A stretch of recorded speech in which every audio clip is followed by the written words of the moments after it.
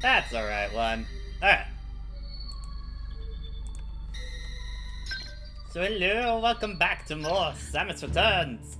So we are still finishing up Area 3 at this point. This area.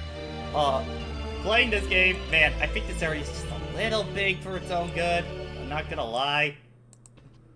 But, okay. So I'm looking at my map, and it should be down to the right over here.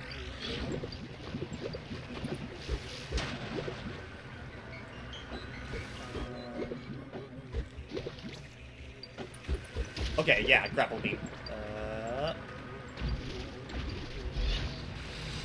There we go.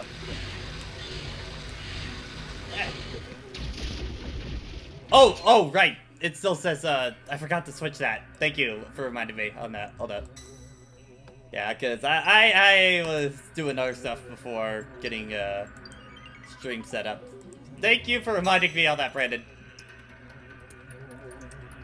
Because I've been doing a lot of video, production stuff today, because we've been getting the first Jack and Daxter video ready to go. There's a little bug that just flew by me.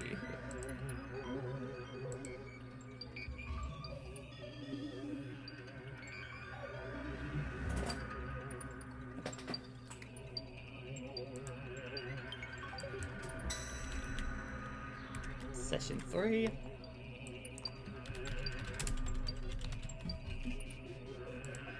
Alright, there we go. That should be better now.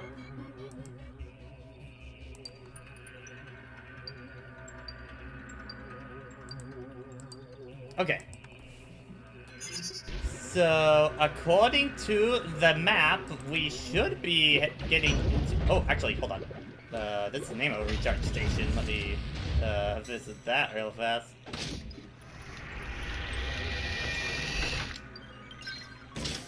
And then get the Aeon armor. Yeah. Because the armor is really what I want. That'll really... Oh, no, wait, this is the ice beam. Ice beam. Hold on.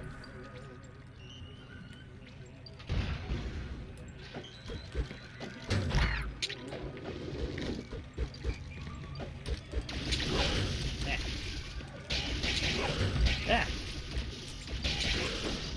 Okay.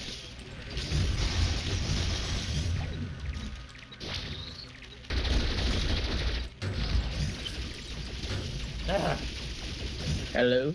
Hello. Hi. Hi. Alright. Let me get a screen share up for you. There we go. Sweet. How you doing, Ty? I'm doing okay. I was not feeling super great earlier this morning. Oh, I actually cannot see it because my computer has trouble seeing 720p on Discord for some reason. I don't know why I don't know why your computer is having trouble with that. I really don't. I really couldn't say. Down here. Oh my god, energy tank, please. Got Metroid going on? Yeah. No, no, energy tank, no. Okay, we got down here. Then. Oh, thank God. Any energy tank we get in this game is a blessing. Good God. It's not Team Sonic Racing. You lie. It should be updated now at this point. I just loaded up Twitch. Okay. For people that... Okay, alright.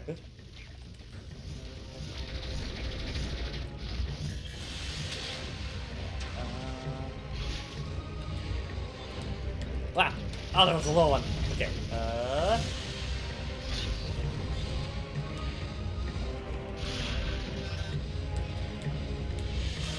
well, the next sub night is, Tevi's pick, and I think he said he's doing, Fall Guys for that one.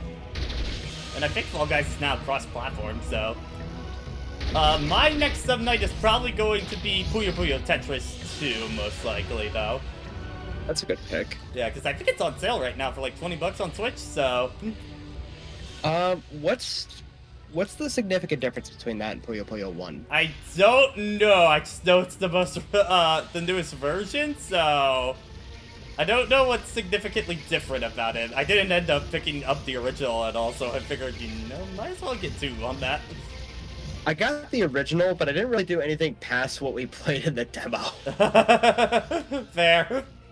That was a very generous demo, so it's like... That was one of my favorite memories of the Switch coming out, was just the entire night where we just spent the whole thing playing Puyo Puyo Tetris. To be fair, that was like one of 3 games we could play. It was like that, 1-2 Switch, and what was the other one that was multiplayer? That wasn't... Bomberman. Oh, Bomberman, right. Right. Now they just have a free version of that now for all platforms, so... Oh, did they really? Sweet. Yeah, there's a free-to-play one that's pretty damn good, and it's cross-platform, so... Nice. Yeah, other than that, I just remember we didn't really mind watching people play Breath of the Wild. It's like, oh god, look, it's so cool! Because that's where we're just discovering everything, and now we're still discovering shit. Yeah. Good.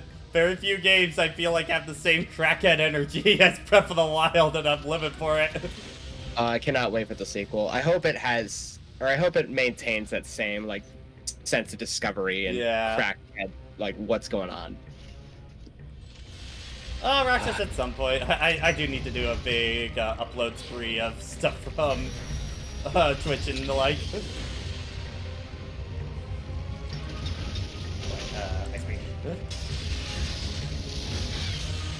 I think there's a way to see or lower the resolution on my end without it having to lower on your end by default.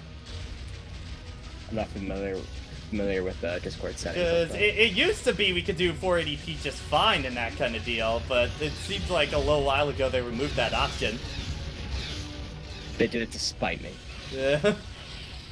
Yeah, I remember 480p worked just fine, but now I think like Tevi discovered like he couldn't even lower it to 480p. Yeah. I don't know why. It seems like such a weird thing to get rid of. It's the future. Alright, everything has to be HD now. Okay, so we got that one, it's that one and that cavern right there. Alright. Just one more Metroid and we're home free, guys! At least for right now, for this area. I can't believe Nintendo acknowledged Metroid over Zelda. Over Zelda, yeah. Oh, this is the, I think this is the end of the area over. Oh, no, wait. I see what they want me to do. Okay, go. Go.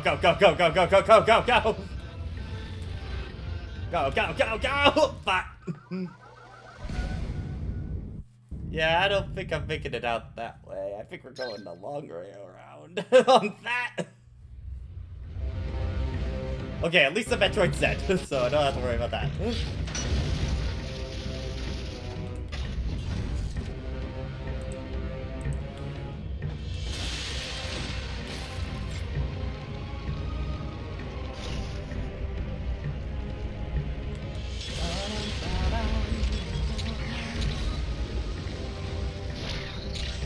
Watch Discord stream in 480.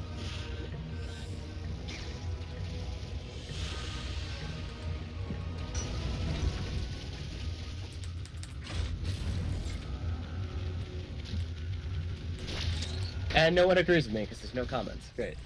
Awesome. Whoa. Everyone has a much better computer than I do.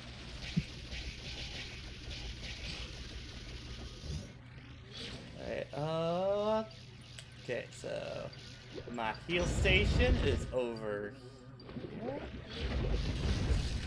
Oh no, wait, is that purple door? Is that, I think it might be. I didn't miss this area, what?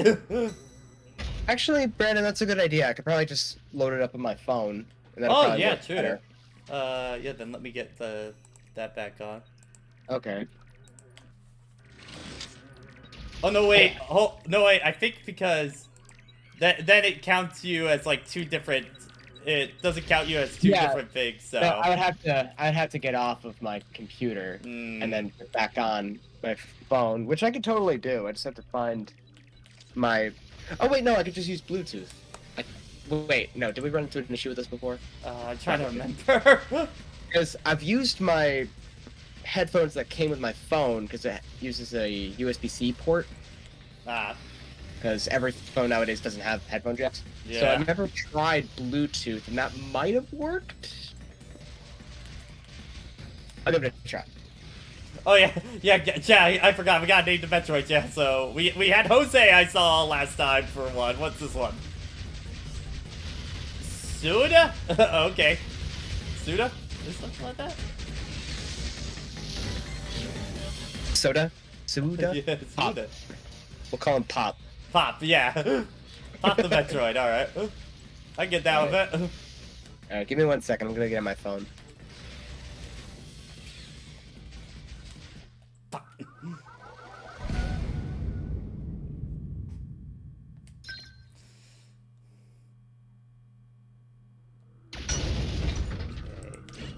At least this one starts me off with more health now.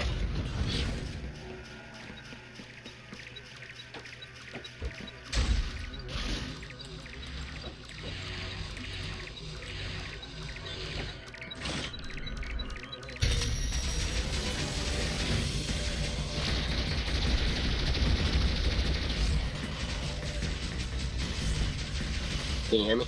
Yep, I can hear you. Oh, sweet. That actually works really well. Your mic quality is a little lower, but... Oh, for sure, because before I was using the Rock Band mic. Ah. Now I'm just using either my headphones or the phone itself. Let me walk away from my phone.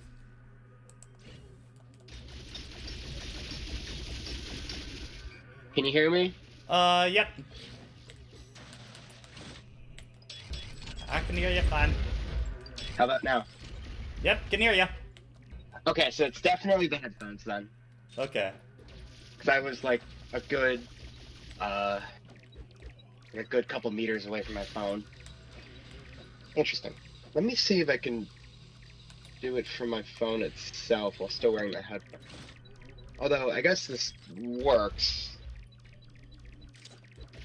Now, try the stream again. Alright. Okay, streaming such a... No, okay. Okay, it seems really inconsistent, guys. Let's see. Yeah, it's saved on my end for... Oh, no, wait, the category switched back. Okay. Huh. Okay.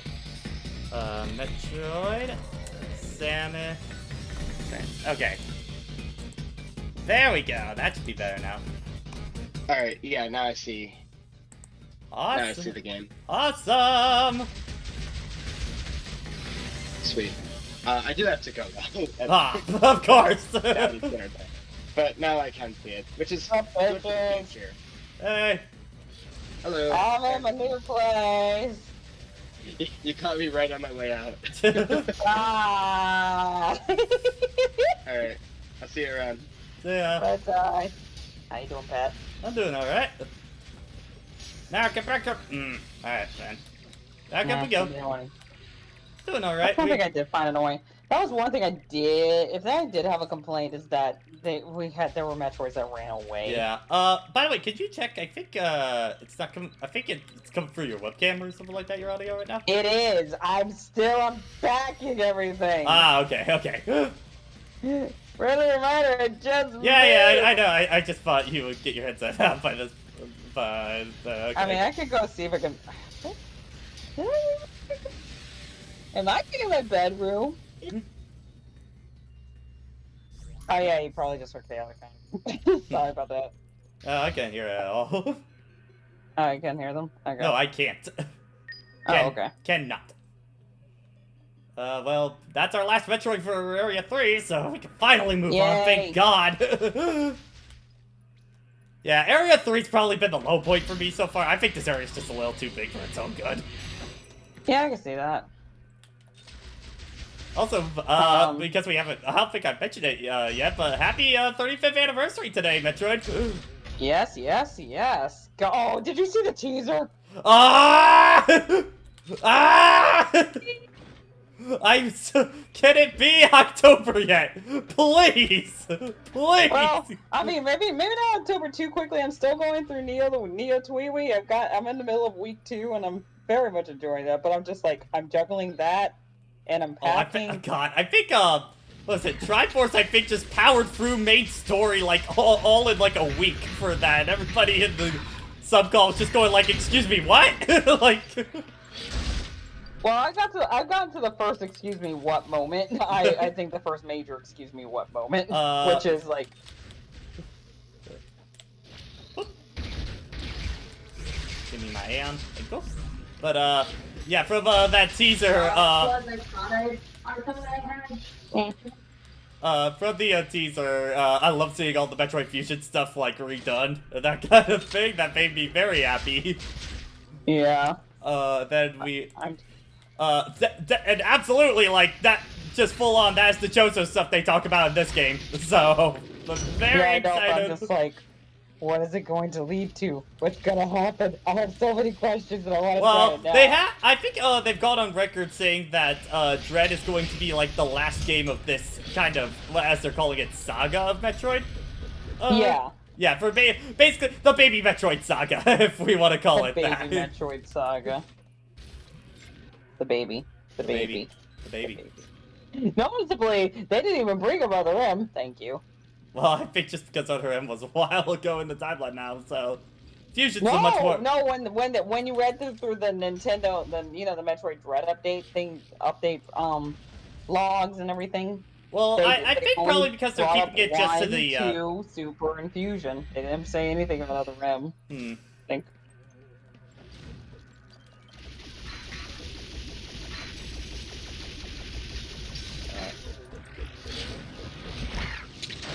Ow! And without giving too much away, I've gone a little further along in you know what. Fuck Rush Hour. Yeah, it's not great. My biggest problem is just I hate that it messes with your control. That's the thing I really don't like about it. Did you see what I posted though in the content creation? Yeah. Because I was like, oh, I wish I recorded that. Hey. Alright, so, Area 3, closest point would be right about, is it this one, or the one that, oh, I don't think I can tell, no, I can't tell. Yes, that is what traffic after work is, Rush Hour, Roxas, that's exactly what it is. Okay, I think this is the closest one.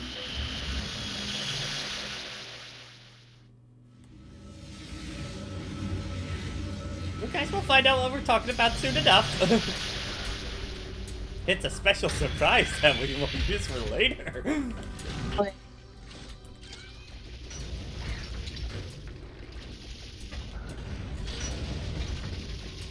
Oh gosh, but yeah, I've got to finish Neo Tweewee.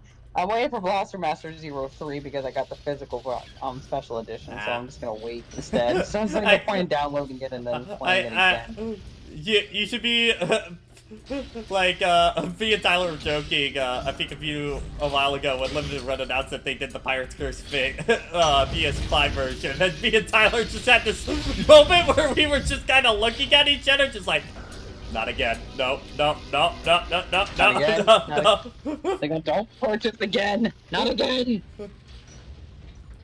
It's like, if I play the game now, I'm usually playing it on my PS4 or Steam, even then, like, kind of deal, so. And my PS4 copy would have worked perfectly fine on a PS5, so. I wonder, God, it's like, are you starting grade? Roxas is asking. Yes, we're going to do, okay, so here's how it's gonna work.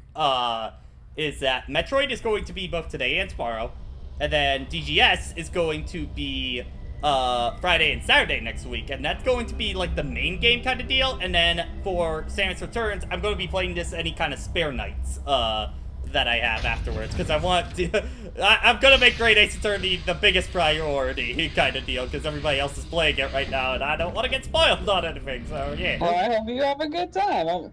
Oh yeah, I did tell. So we have decided to finally make a deal. Me and Chaotic County made a deal because of since I'm getting Danganronpa Decadence. Mm-hmm. They have to agree to play through Danganronpa if I play through the first 3 Ace Attorney games. Woo! And you have the first 3 Ace Attorney games. I just never played through. Yeah, I would. I know. I think you said you had them on 3DS. 3DS. Yes. I would say probably just pick up the Switch one when it goes on sale. Which is like all the time. I mean, I can just pop up on my 3DS and play them. It's not a True. problem. I mean, I just find the Switch more comfortable than the 3DS.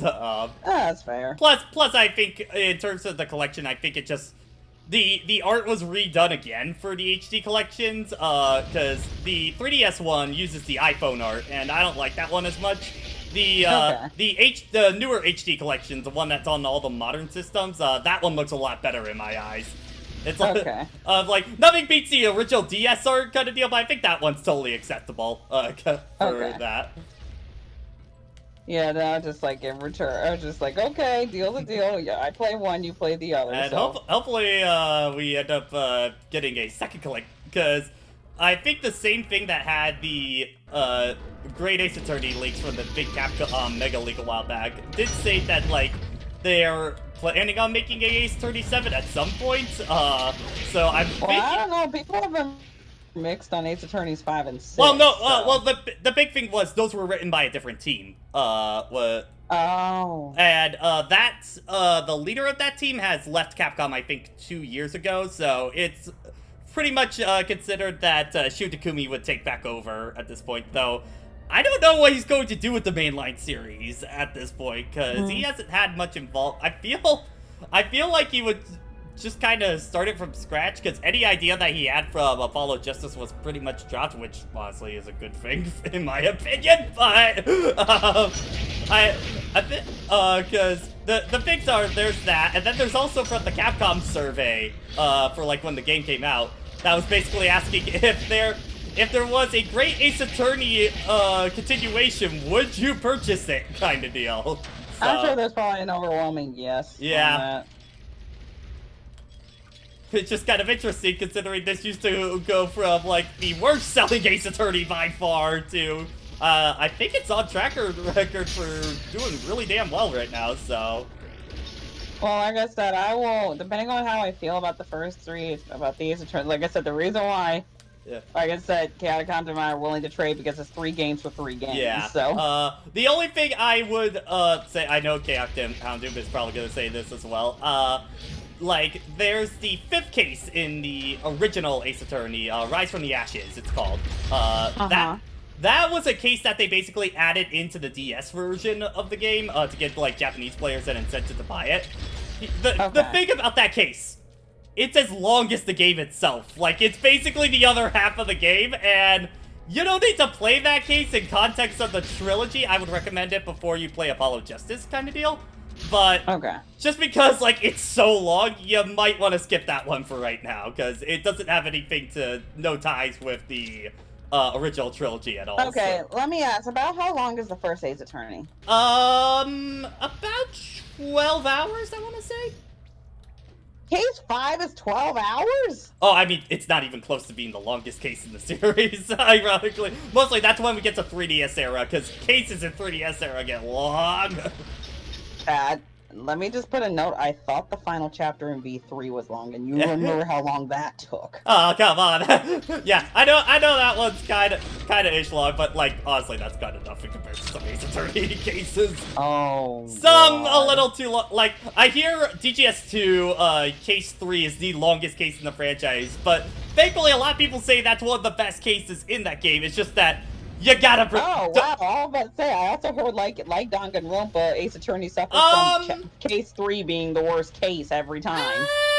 Yes and no. It depends game to game. Because I would say that, like, I think in Ace Attorney 1, yeah, probably is the weakest one, but I don't think it's a bad case at all. Like, again, I think in Ace Attorney 1, like, all 3 of the cases are pretty consistent in quality. I should also preface this as well, indicating I did start Ace Attorney 1 at a point. I was halfway through Case 3 when Yeah, I think the biggest problem with Case 3 is just the navigation is kind of not handled too well. But I would say Third Case Syndrome hits for Justice for All, definitely. Apollo Justice, definitely.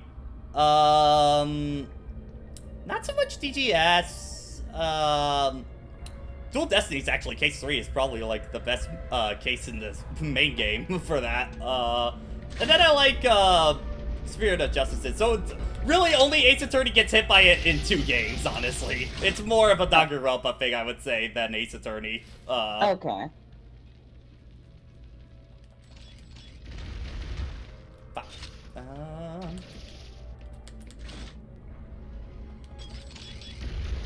Hold on.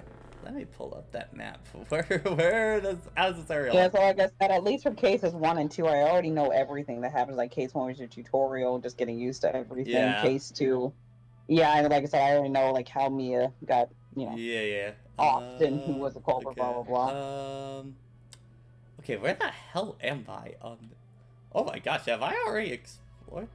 No wait, no. Oh, okay, that's why I'm still in Area 3. Also, that's why. Props to Capcom doing the eat your hamburgers Apollo. Yes. But the other thing that I really hope they continue in the other collections that I really liked, you could actually select any case right off the bat in the DGS collection, which I really enjoy. So I hope they keep that in every collection going forward, because I thought that was a really smart idea on that. So anybody that was like playing the fan translation could just hop right into, you know, the official one. Cool. Which the Capcom survey actually mentioned the fan translation quite a few amount of times on that. Oh, that's interesting. Yes, welcome to our Metroid stream where we talk about Ace Attorney the entire time. Ace Attorney and Danganronpa. Yeah. I guess... mean, you're just doing cleanup at this point, aren't you? Oh, no. not even close. We're here just entering Area 4 at this point. Oh, okay. Oh, I just noticed that your Metroid Pound's at 17. Yeah, you still got a ways to go. Ow, ow. Okay. Scan pulse? 1 second. Okay, I gotta go up there.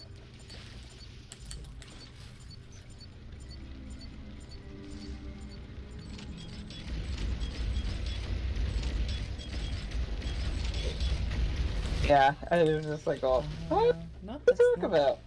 Recent releases. I mean, we're just navigating to the next Metroid. Also, are we still keeping up the naming every Metroid? If we can, I would like to.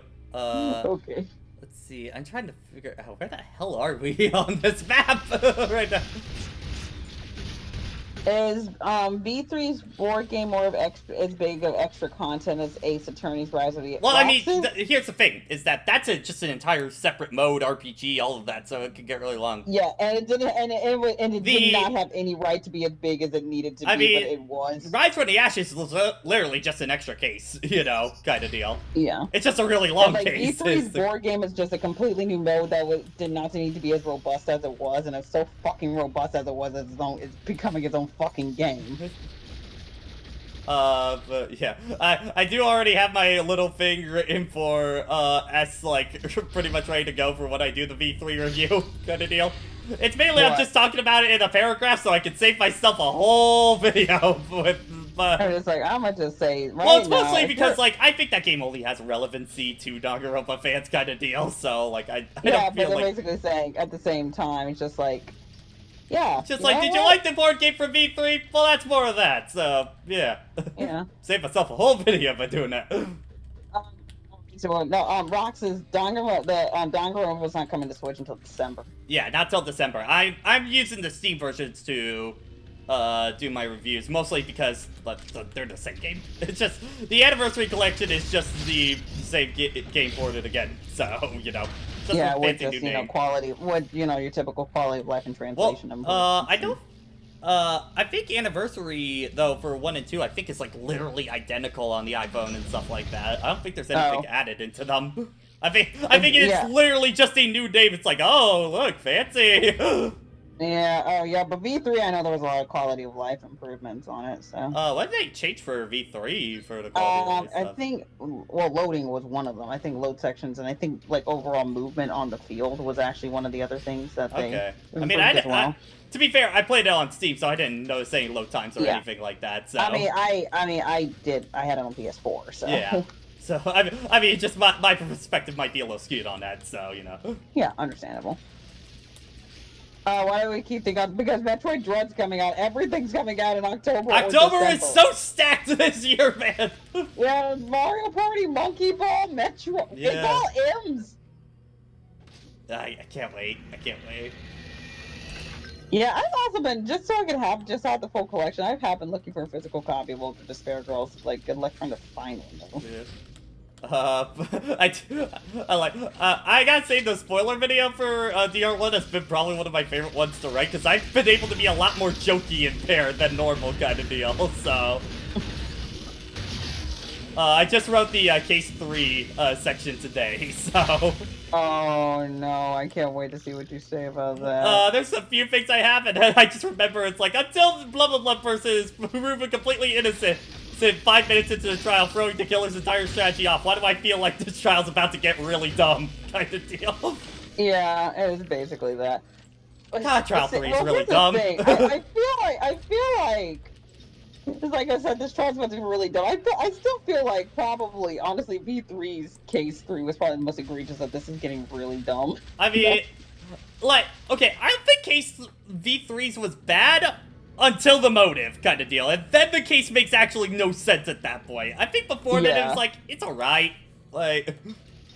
But if you think about it, but if you also think about it in the context of what you know about everything concerning V3, from a writing perspective, it's also brilliant in the sense of jumping the shark, if you think about it. Well, Rock's just like, honestly, Danganronpa's a series that tries to be really dark, but then, like, kind of gets full of itself a lot of the time being totally real, so, you know, I mean, yeah, I would say Danganronpa 3 anime is probably the darkest, but that's also kind of one of my problems, that I feel like it doesn't really work with the context of the series kind of deal. It just kind of comes off as it's trying way too hard to be like dark edgy kind of deal. And in V3 situation, it actually did get across its message. I think got across its message really well. But V3 isn't like grimdark kind of deal. Like that's no, different. I feel like Danganronpa 3 got to really grimdark kind of in its narrative and stuff like that, which is why because like I said, the balance, that's the reason why you have that balance between your free time and your daily life and your deadly life, because you needed those like lulls in between, not all of this, oh god, this horrible shit is happening over and over and over and over and over and over. Okay, let's see. You need moments to breathe. Okay, what's this? Okay, I'm trying to remember. Oh, how do I get past that green door on that? I think I need super missiles for that. Yeah. But like I said, I just think the brilliance of Case 3 is like it's like if you like I said. Okay, just be careful, because remember, no spoilers or anything like that. Yeah. I'm just saying everything we know about V3 is just kind of brilliant if you think about Case 3 in that regard.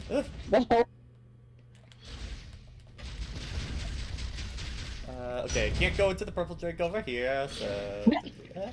Oh, we need the purple snow. You need to go to find the sun. I do find it a little weird that it's now like purple drink instead of just regular lava. I guess to make it different from like the Variasuit lava, I guess is like their idea. I don't know, but like I said, you just like don't dunk yourself in the purple stuff. You need to bump yourself in Sunny D. It's one of these doors I gotta unlock from the other side. I'm pretty sure red is missiles. Oh, yeah. Metroid in here. Oh, no! Yes! Thank you! God. Spazer. Stay with it. Yeah, Spazer. Because now we got this! And this is gonna make the game a lot easier now. How does that work? She just fires 2 extra beams out of thin air. She's got like a tri-prong cannon now. Don't, I know, but you can't see. You can't see. Don't the think. On it. Just accept. Yeah, Roxas, there is that. Also, you can say, you can type in porn in chat. You don't. Okay, it's weird. Twitch sometimes bans the word porn, and sometimes it doesn't. Like, it's really inconsistent with that. That's so weird. I'm just like, you can type the word porn. Because that's popped up a few times in Johnny's chat, I've noticed as well. It's so strange. Like, there's one thing that posts porn, we're just typing the word porn, okay? Okay, hold on.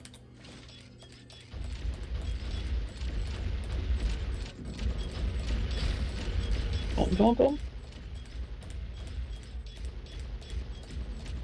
Oh, I think you just bombed down. Okay. Whoa. Oh, no, wait, Aeon.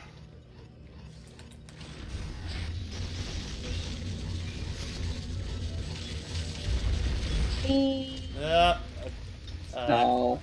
I think other end for that. I misheard you say other M. I was like, wait.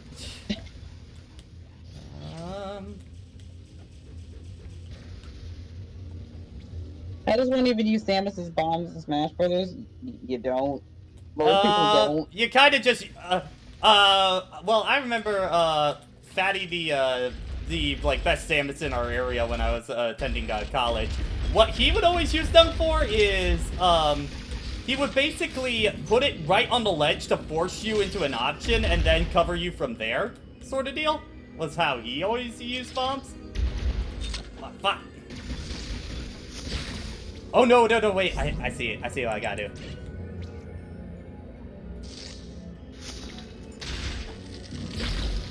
Okay, nope, never mind. Oh, shit.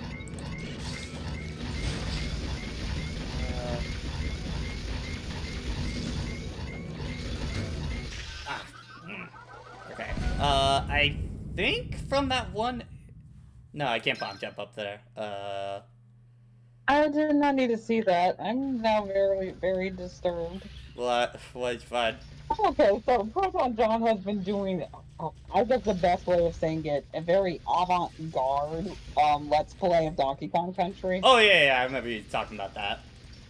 He showed, like, the end screen for the Game Boy Color port of it. Oh, yeah. Do.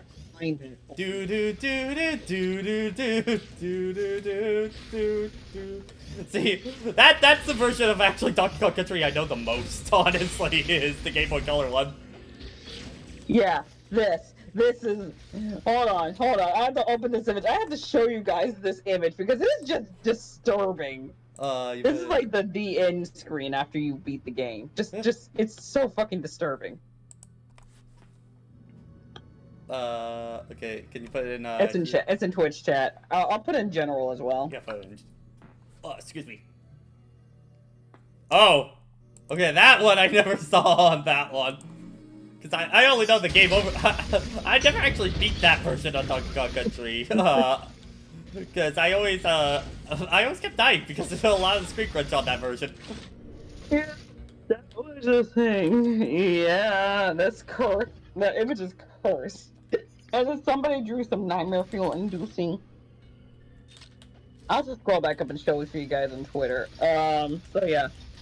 Someone decided to just take this and roll with it on Twitter, and of course John retweeted it. So yeah. I'll also put that in Twitch chat. Excuse me, hiccups. Excuse me, hiccups. Oh my gosh, lots of hiccups. Okay, so gotta go up. Not here, but next area over. No, wait. Is it up here? It would have to be.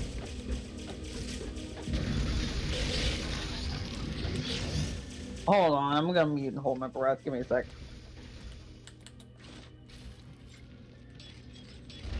Ah, there we go. Okay.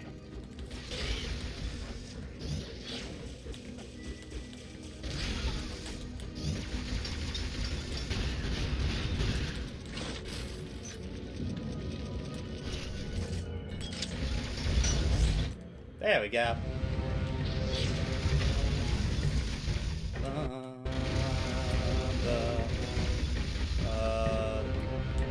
Okay. This looks like there's something down here. Magma caverns. No, nothing down here? Really? Hold on. Scan this shit. No, huh? I would think for sure there would have been a secret Oh down. god, that prankster, why? Oh god! What? Fine. The Conker's Pocket Tail start screen. Oh. Check Twitch chat for that. Alright, let me, hold on. First gotta make sure Samus lives. Okay, there we go.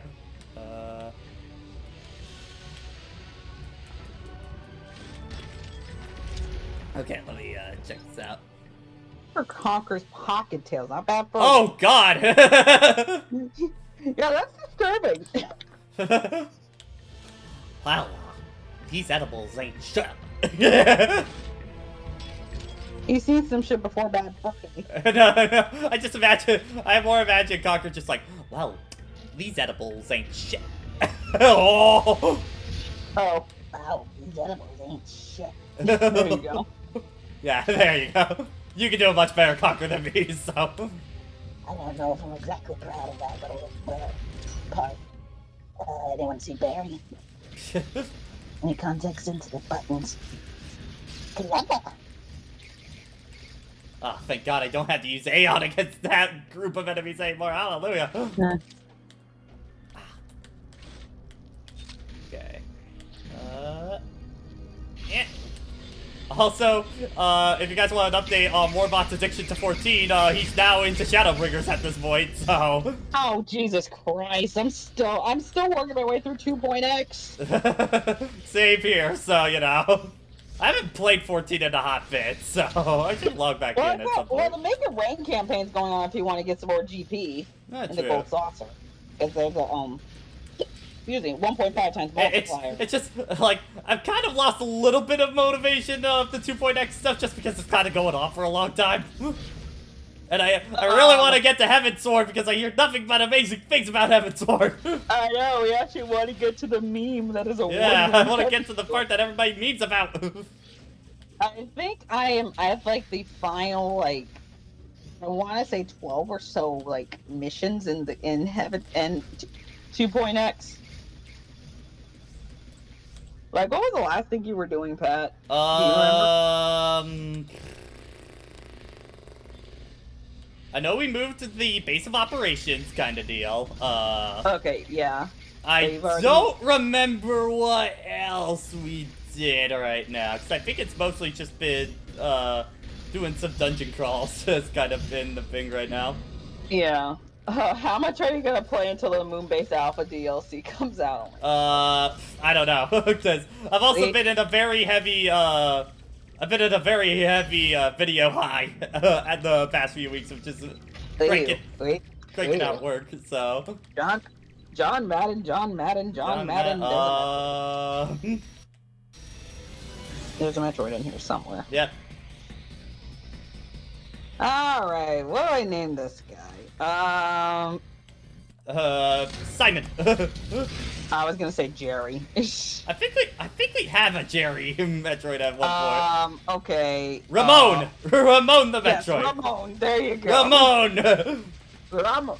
Ramon!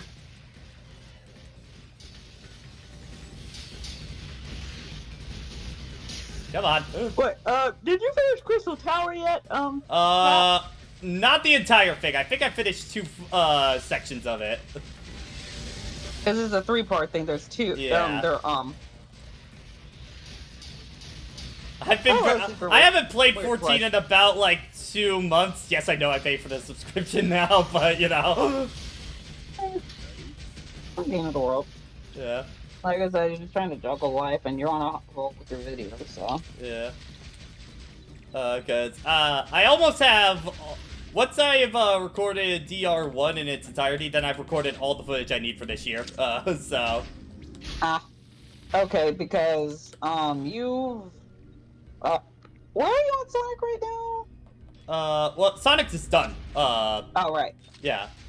Which I was talking about earlier. What I might do soon is I kind of want to try a thing where I put all of the Sonic videos into one video and upload that and like call it like classic Sonic retrospective sort of deal, because I've noticed people really like the word retrospective in search results and stuff like that. I want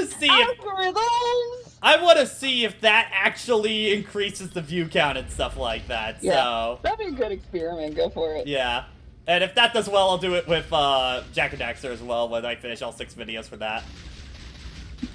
Oh god, I'm so sorry when you get to, you know. Well, okay, here's the thing. Like, that's the thing I'm kind of interested in when going into Lost Frontier, for that one, because I've never really heard anybody talk about the gameplay for that. It's almost strictly the story I keep hearing about. So I really want, that's kind of my mindset go again. I want to see, is the gameplay actually bad, or is it just all the story people keep talking about? Like, is it only the story that gives it the bad rep? From a gameplay perspective, my problem is, take a good guess what version I played.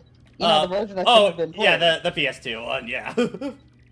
Yeah, just like, let's port this PSP game out of the PS2. I was just like, because everyone will buy it, and then I fell for that shit. And, well, I mean, like, because I know that one's high impact, so I'm very aware for them always go for the PSP versions for them. I learned that with Ratchet on that, so.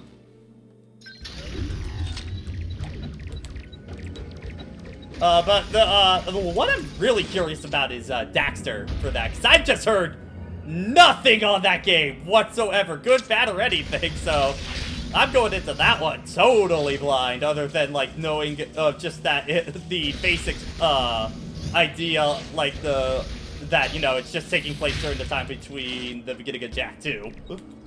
Yeah, I mean, I beat it once in my life. I remember it being a good game, but like I said, it was an early PSP game, so make of that what you will. So. Oh, yeah, no, my dinner is here, so I'll be back shortly. There's the Metroid. Oh, there's only one Metroid in this area. Wow. Yeah, you didn't see the little. Yeah, I just didn't really notice that before, so. Yeah, there was only one. Anyway, I'll be back shortly-ish.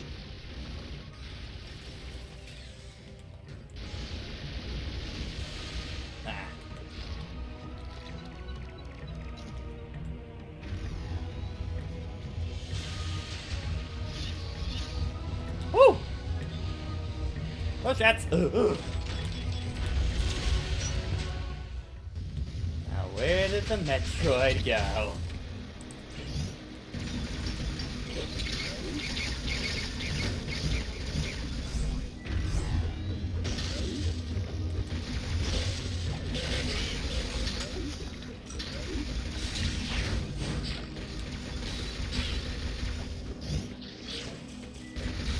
Man, I gotta say, life is becoming a lot easier after we got the spacer, because this definitely increases my fire capacity by a lot.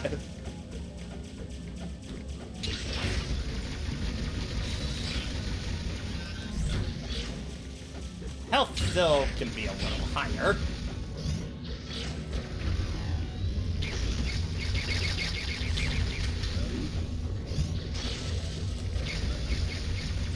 So how's the rest of you guys in chat doing? Any plans for the weekend? Any stuff like that?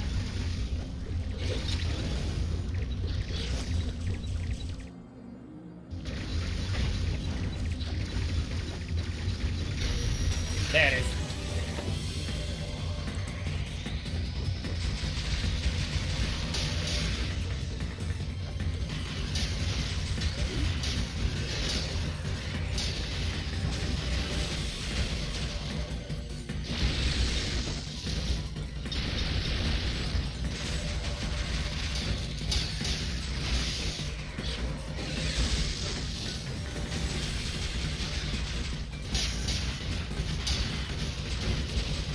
Uh-oh.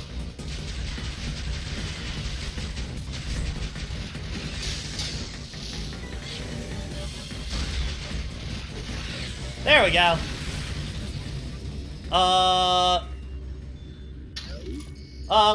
Lewis the Metroid. Alright, well that's the end of that area.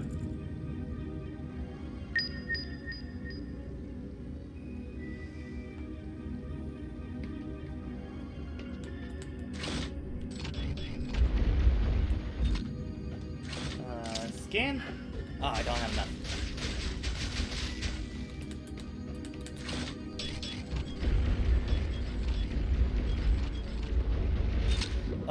We can make the next one berry. Yeah.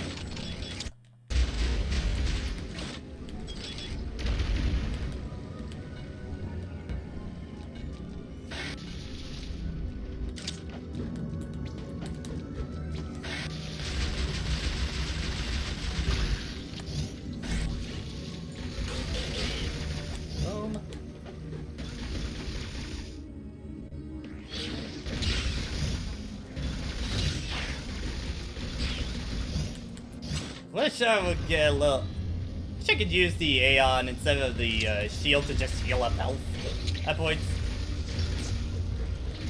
I mean, I guess it's technically the same thing in theory and stuff like that, but...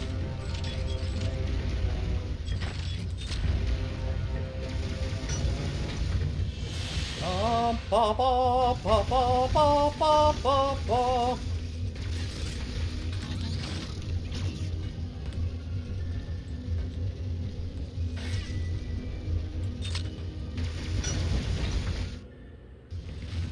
Actually, let me hit the save real fast.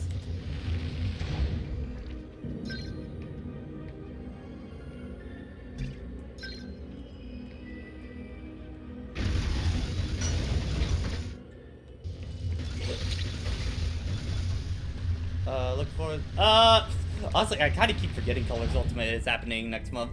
Honestly, I have reached out to Sega, seeing if I can get a review copy, but I haven't heard anything back from them yet.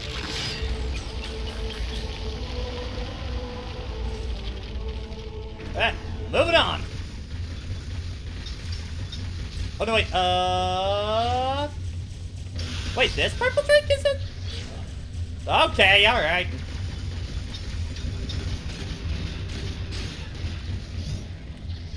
We're very selective about how we go about the purple drink. Okay.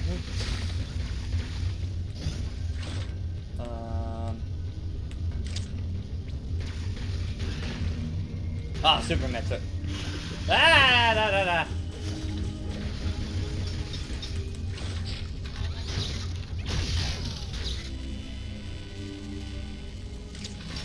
Oh, come on.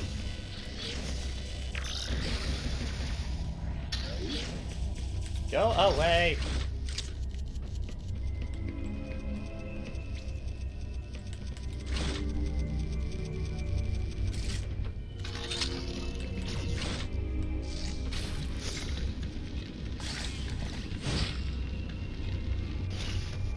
Ah.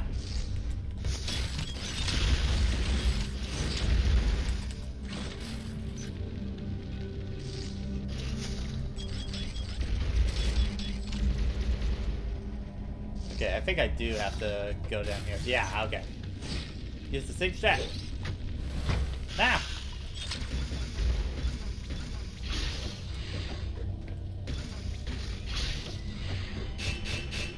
Three Metroids, okay.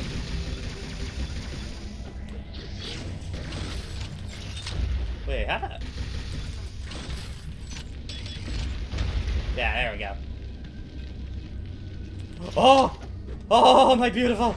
Hold on, hold on, hold on. Oh, I'm coming for you, honey.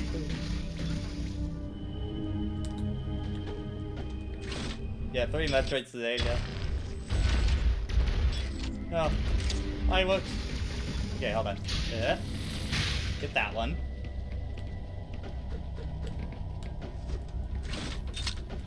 Yeah, I guess that ended. We could go with that. Sure.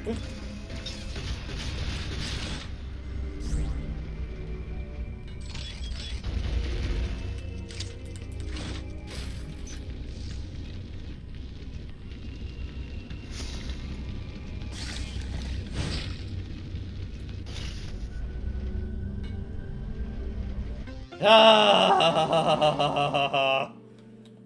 Energy tanks, man!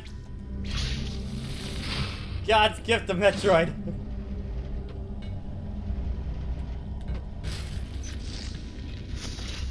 Yeah, I think we're getting to the point now where I think we're starting to rock out with our gear and whatnot. This is the part of the Metroidvania that I love. Is breaking the game in half. Okay, maybe not able to break the game as much as I thought. Okay.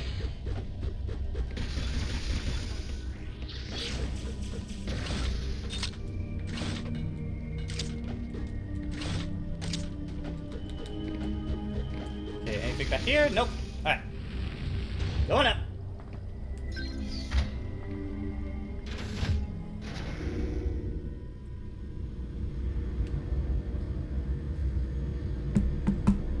Oh!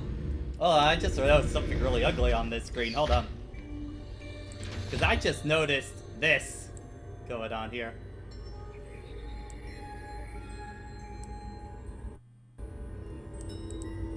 you go. I didn't notice that earlier, guys. Sorry about that. Alright. Onward. Anything back here? Nope.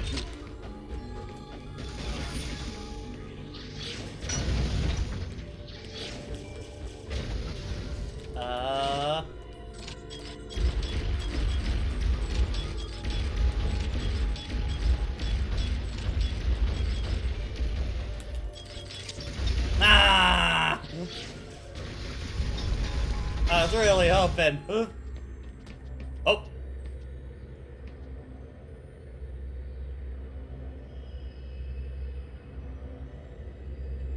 Yeah, you can see a little bit of the power armor from the Chizodians. Oh no, okay.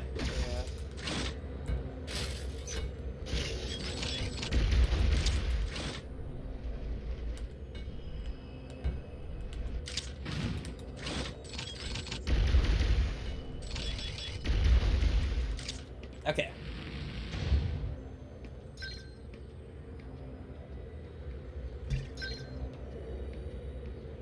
Awesome. Whoa! Kinda dropping like a rock there, sis. Oh, okay, boss fight.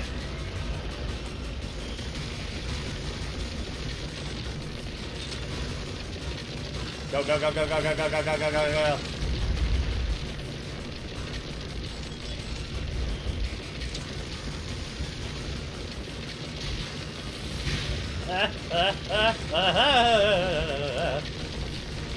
Go, go, go, go, go, go!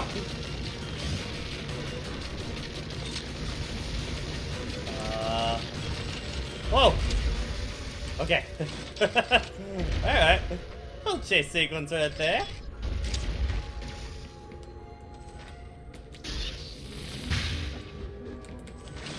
Oh no.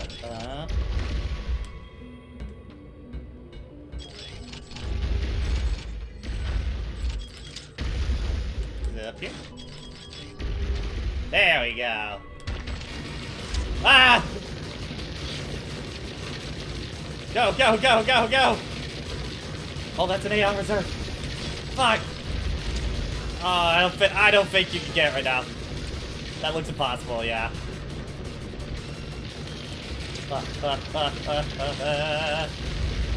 Ow! Yeah, I guess this is kind of a prelude to Dread, you're right, yeah. Oh, is that an energy tank I see down there?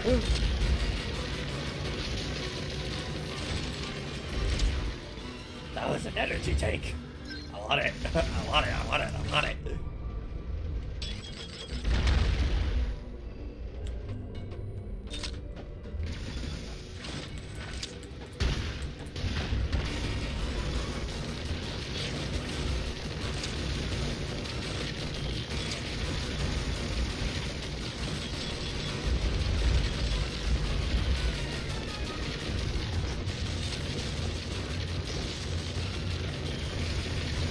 Yeah, you have to be able to go into here later. There's no way you can actually get these on your... Oh, look. Ah! Go, go, go, go, go, go, go, go, go. Ah, okay.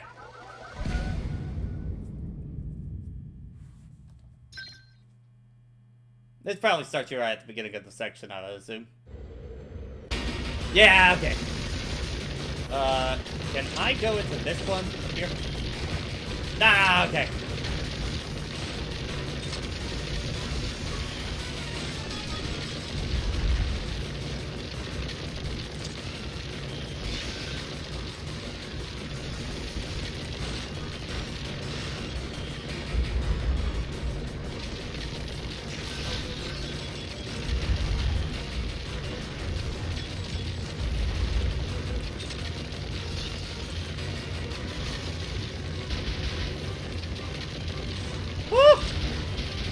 Go, go, go, go, go, go, go, go!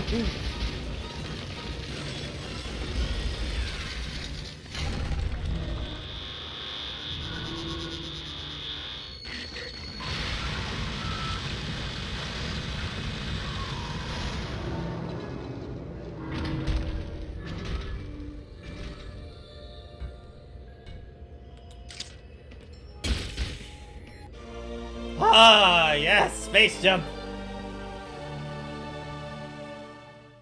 So if you guys don't know what space jump is, we can basically jump repeatedly in there.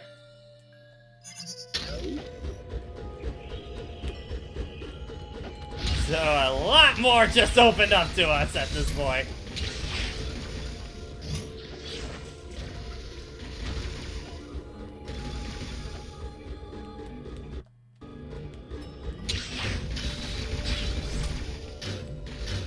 Ah, ah, ah.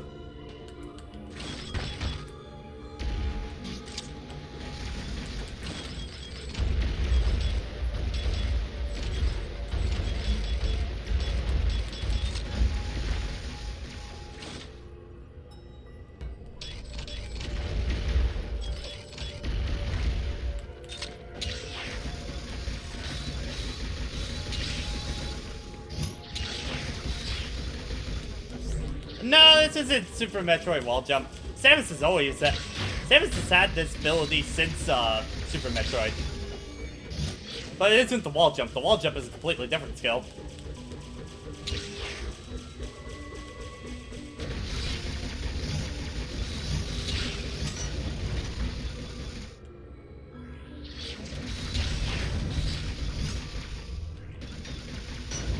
I mean, it's just always an ability Samus has had at her disposal, so, you know.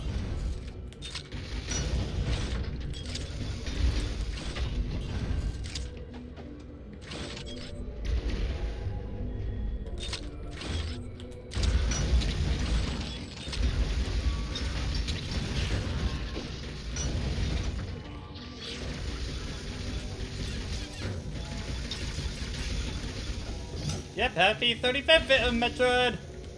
Love this series so much, man. Okay, need probably plasma.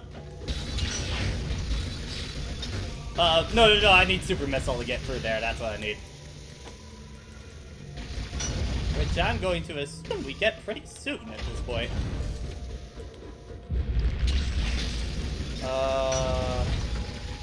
Since the game feels like it wants to go me down this direction, let's do it!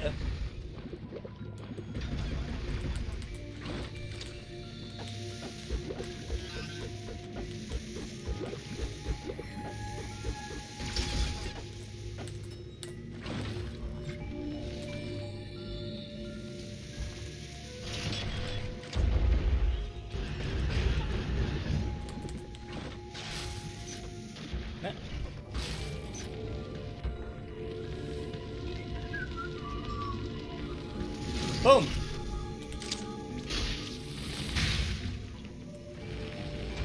That war point is active now.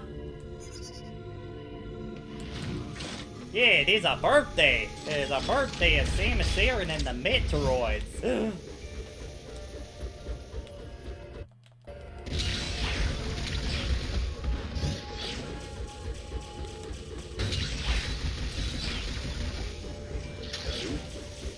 Can I go in there? Yes, I can. Ah, super herb.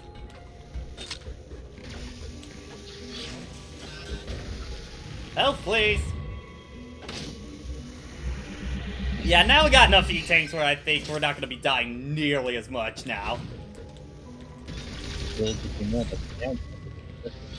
Stefan, how you doing? Doing all right. Used game store was a bust, at least for what at least for my objective. There was actually a physical copy of Kingdom Hearts Chain of Memories, but I was like, not right now. Yeah. Tempting, but nah. I think I got one lying around here somewhere. Don't know where I put it though. It's probably hiding in a box. It would have absolutely been a situation of just the novelty of like, I own the physical copy right now. Super missiles, thank God. Now we're starting to get into the really juicy parts of the kit now. Alright. Okay, I'm gonna set my display so it doesn't turn off so I can see chat. I do find it a little cumbersome with having to hit the touch screen for it, but yeah.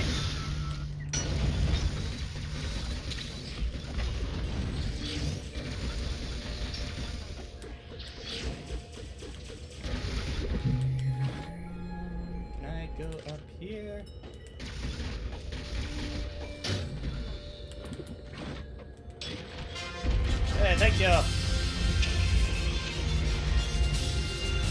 Wait, has it really been that long since I last was on your stream? God. Yeah, because like my subscriptions for both you and Tevi reset at the 26th of every month. Oh, Also, yes, that's the sound. That is one of the many comic book sounds for a gunshot. Blat, blat. Wait.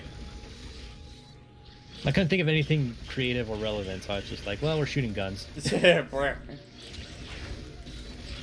Blah, blah, blah, blah. Could be like Revolver Ocelot, just do the bang, bang, bang, bang, bang, bang. Get too many shots there. It's a revolver.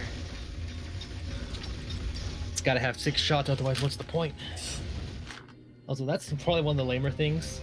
It's a very small thing, but in Metal Gear Solid 5, is there's no like proper revolver, so you don't get to really enjoy that kind of nonsense. Hey, that's just kind of MGS5 in a nutshell, not a lot of proper. Hey man, Metal Gear Solid 5 is a great playing game. Yeah, no, like It's not a great Metal Gear game for what most like people go there as for. a game, like playing it as a game. like just playing Metal Gear Solid 5 is so much fun, but just as a Metal Gear game, it is a little lacking. We'll lie on that, yeah.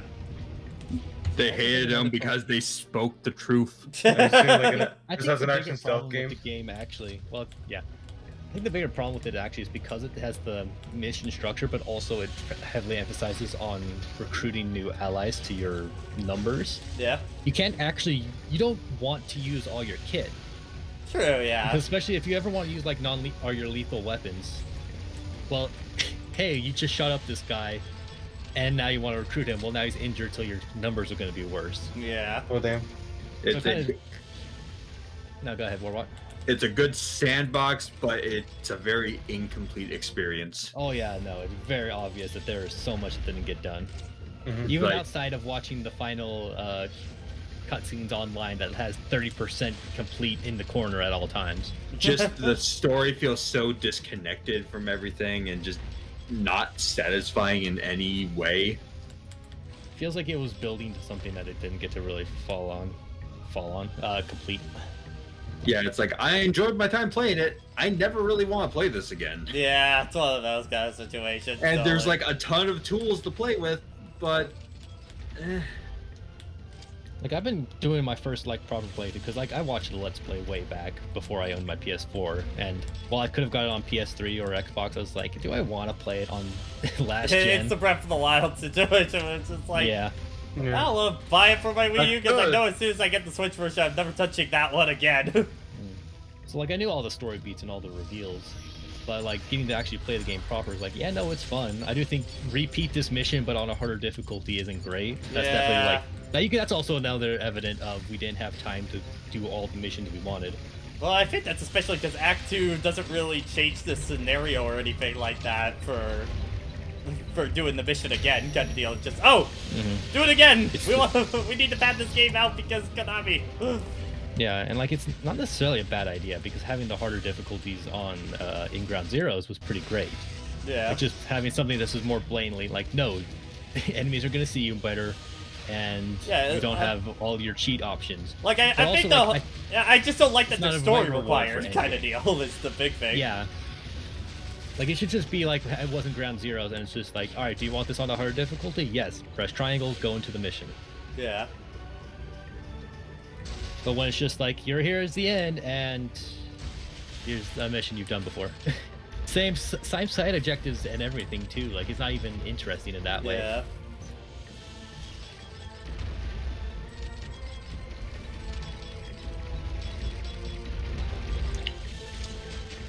I feel like I would do Edda and Eddie sound effects on the Yeah. soundboard if I ever had one, Edie. The one I My would. Edie rocks this. Christ. I've been talking the to you a lot today, dude. Okay. one I would probably add if I were to do an NNA sound effect is the Shurura! Like kind of one. Yeah, the sumo sound effect. Or should I say sumo, quote. Yeah.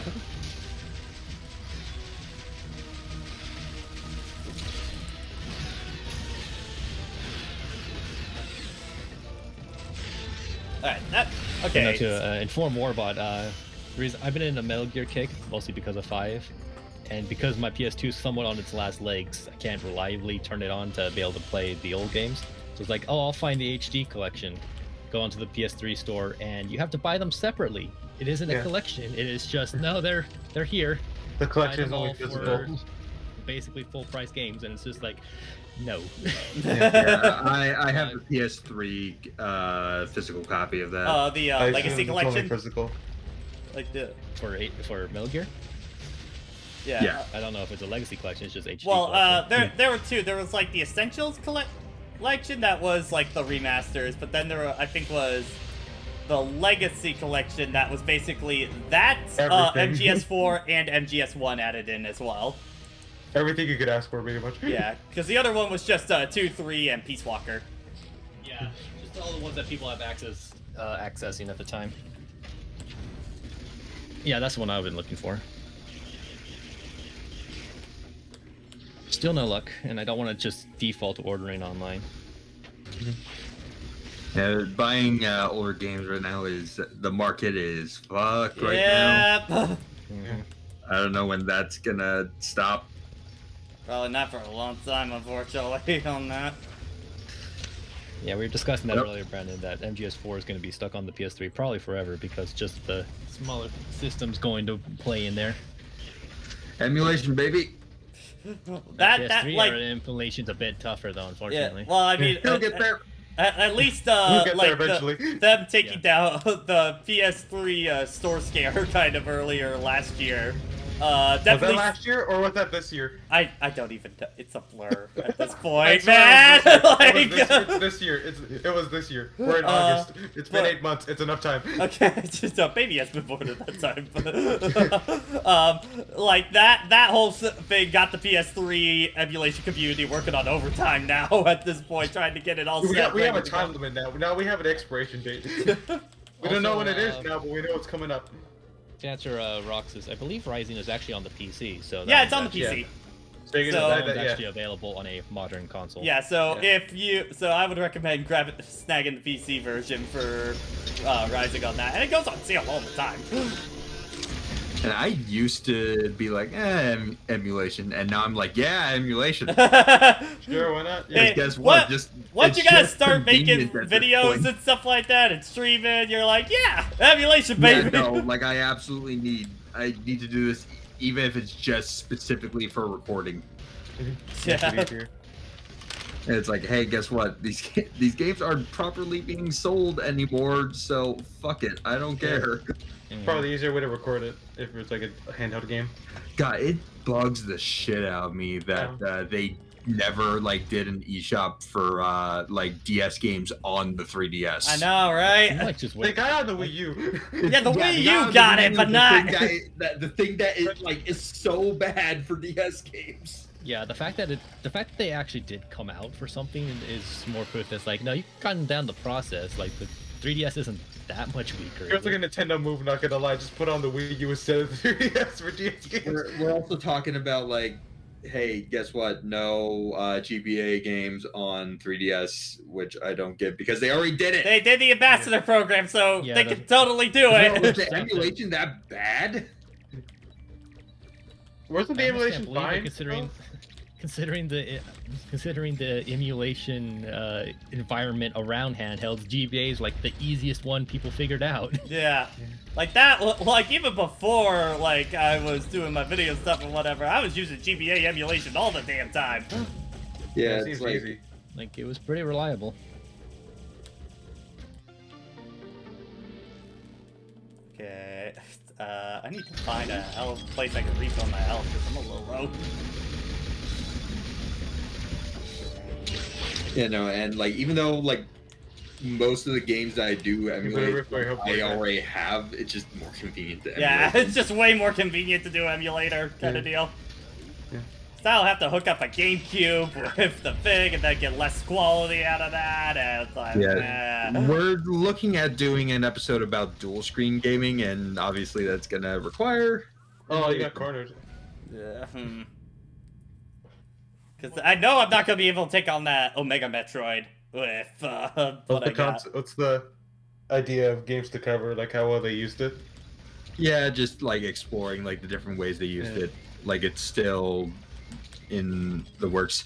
Like we've actually we've recently had to suddenly change our video schedule, so right now we're kind of figuring out what to do right now. I mean, I always for dual screens, my favorite use of it was always, you know, action on the top and then your inventory or map on the bottom was always like, I think my favorite use for dual screens throughout the generations I had. Yeah, but it's one of the stupid ways people tried to use it.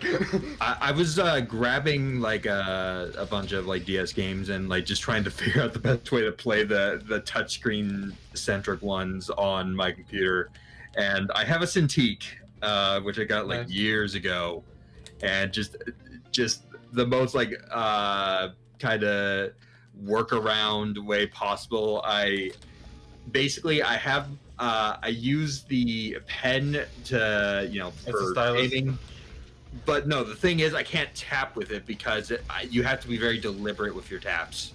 Yeah. On that, I don't know if I can like play around with a setting. Maybe I just need to do some work customization. But basically, I have to have one hand on my mouse, and when I want to do a tap, I have to click it. Well, I guess, to chat and stuff like that, what have been some of your favorite uses for, like, dual screens on either, 3DS, DS, Wii U, any of those kind of systems that had that idea going for it? It basically was the only system Professor Layton was meant for, honestly. Yeah. As backwards as, like, my method was, I could play Elite Beat Agents that way. Yeah! Like, it works fine if I have to like draw across the screen, but the thing is I definitely have to click if I want to tap, because otherwise it's too slow. I'd probably, what's it called? For that game, I probably would just try to get a DS version because I don't want to make any accommodations for a rhythm game that I never played before. How do you guys feel about, like, say, the Sonic Rush, Yoshi Island, DS or Yoshi Touchdown thing where, like, it used both screens as part of, like, one big screen kind of deal? Yeah, you know a lot. Recording would be a decent idea, yeah. Recording it for showing it on. Oh, I hate doing it for a video kind of deal. So much because all the negative space. It's like when we eventually do that episode, like in a month or two, like that. It's gonna be a pain to edit. My editor side of me is just going to be crying on the inside. It's like it's kind of a case of just having to bite the bullet. I mean, hell, even for like setting up my my layout for streaming, if I ever get back to doing my Pokemon Diamond playthrough, it was like I have two different versions where it's like I need to make sure the bottom screen or the top screen is the more prefaced one, just because what game am I playing and what do they want me to focus on? Yeah. God, what's it called? Recording, editing Ghost Trick, it was so hard to figure out what format I even wanted for that. Just to make it look decent. I didn't want to do the vertical format because that would have been too much negative space for the whole video. Yeah, I ended up playing Ghost Trick on mobile, so like on iPad. That seems like a fine. Yeah, that seems like a. For what I've seen of that footage, it seems like a fine version. It worked well. That is one hell of a game.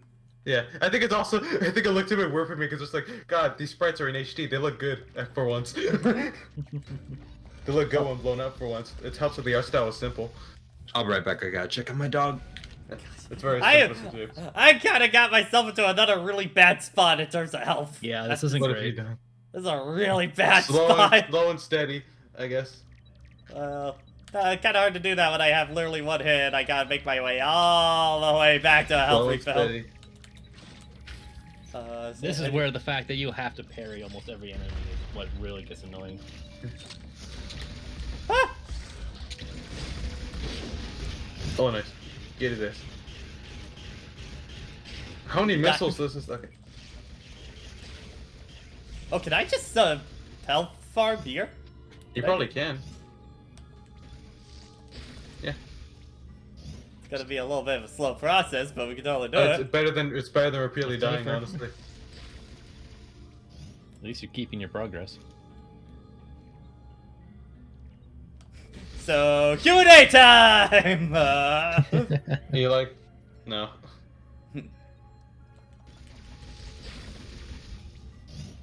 Come on. Just. How much health bars do you try to get? I want to try and probably get 1 or 2 health bars at least. because I think that'll be enough to get me through. Oh my gosh, it's not giving me any! Oh, nice. It's just giving me a bunch of Aeon. Okay, there's health.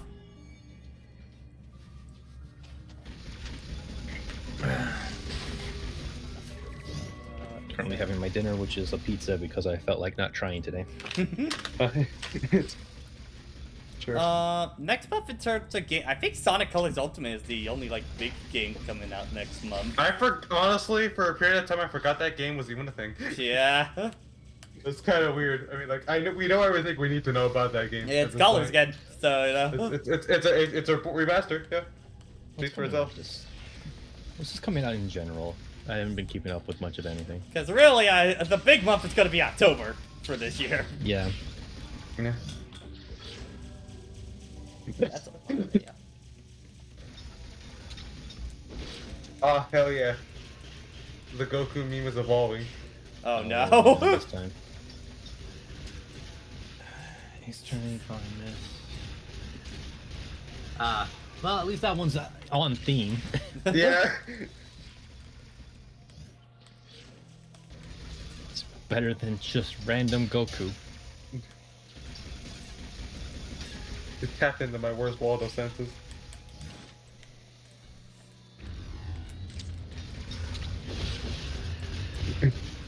No, everyone was still when Goku was just faded out in the distance of that Undertale screen because it's so hard to actually tell. Oh yeah, I was searching forever on that one trying to find. Like, I love the replies. People would like feel like they're going insane. I'm just like, is he there? And then people like, wait, no, he's not. Are you guys messing with me? He's not there. Yes, he is. Look, holy shit, he is there. Now you're also playing on the joke. Look as well. Oh fuck.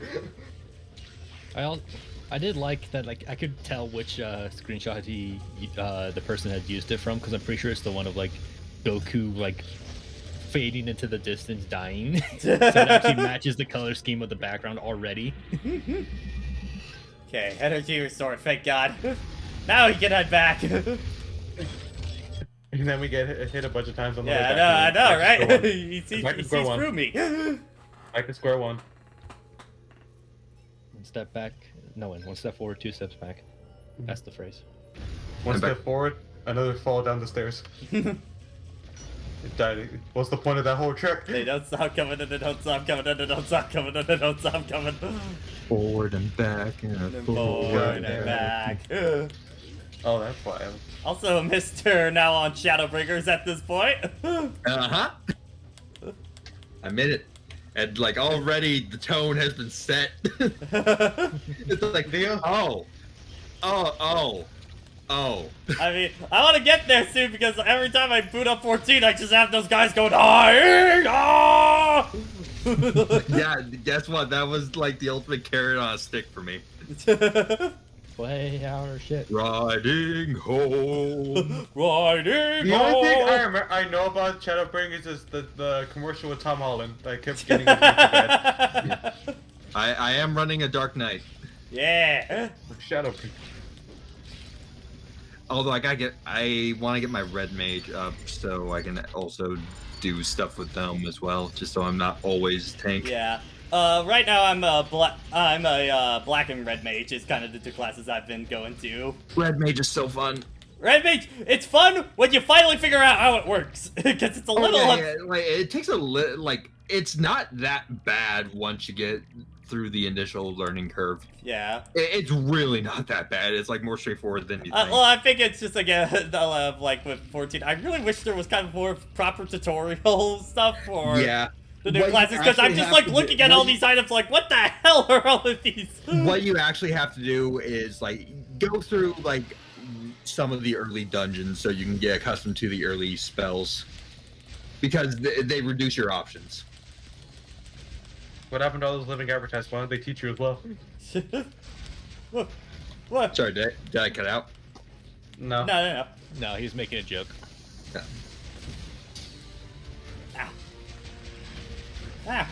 Ow. What?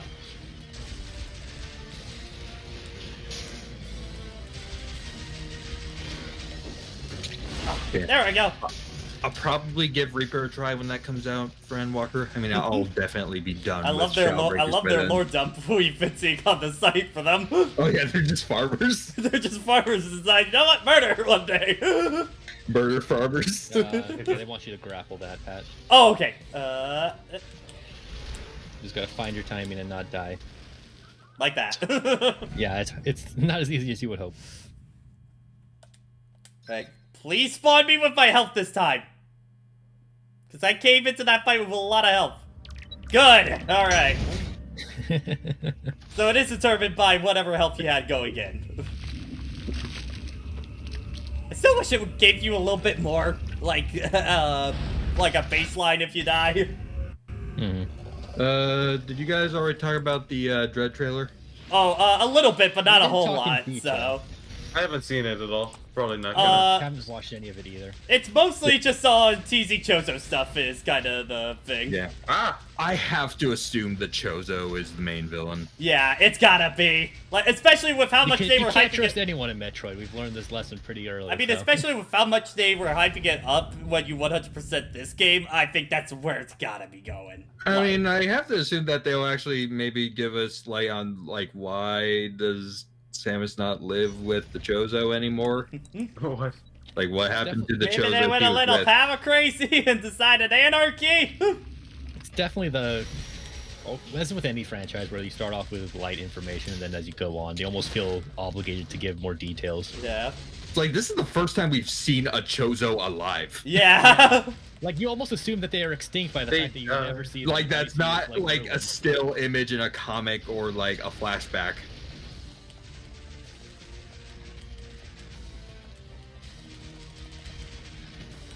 When your only perspective is so little, you just assume it's like, oh, well, I guess nothing else Yeah. exists.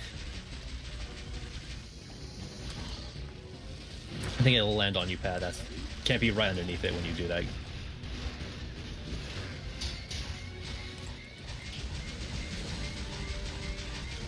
Nice spacing, though. Fuck, I mistimed that one. Yeah, I remember Omegas are definitely there. This is when they start getting hard. Mm-hmm.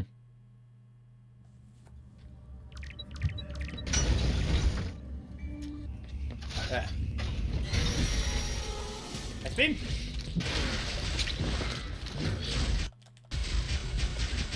Imagine like the next Smash Bros. Game, Smash Alpha 3. Kind of a lot of the roster and everyone just starts getting more complex, and Samus just has this parry now. Comes par for grab, kind of deal. I mean, like Smash at this point has gone convoluted with new characters. It's definitely also it's not so much a power creep, but it's almost like function creep. It's like how do we make them special Absolutely. enough to stand Yeah. out? It's kind of the Hey, Yu-Gi-Oh problem. let's make them play in a way that doesn't really work with Smash that well. It's novel now, but that's almost most of what they got. It's like, no, just give me a moveset. It's a weird balance, and I appreciate Sakurai attempting it, but What if- definitely not going to be aces. What if we add a meter? That's it for the. What if he had a meter though? What if more fighting game inputs? Exactly. What if meter? What if? Now. Yeah, that's almost what I'm more curious about for whoever the last fighter will be. It's just like, what new bullshit will be added in? It's like, And I when can will it only get ima- added to the Rivals of Vapor character? Pat, you I don't want to feel be right like underneath it when the you grab last it, 'cause it character would lands be on like you. a.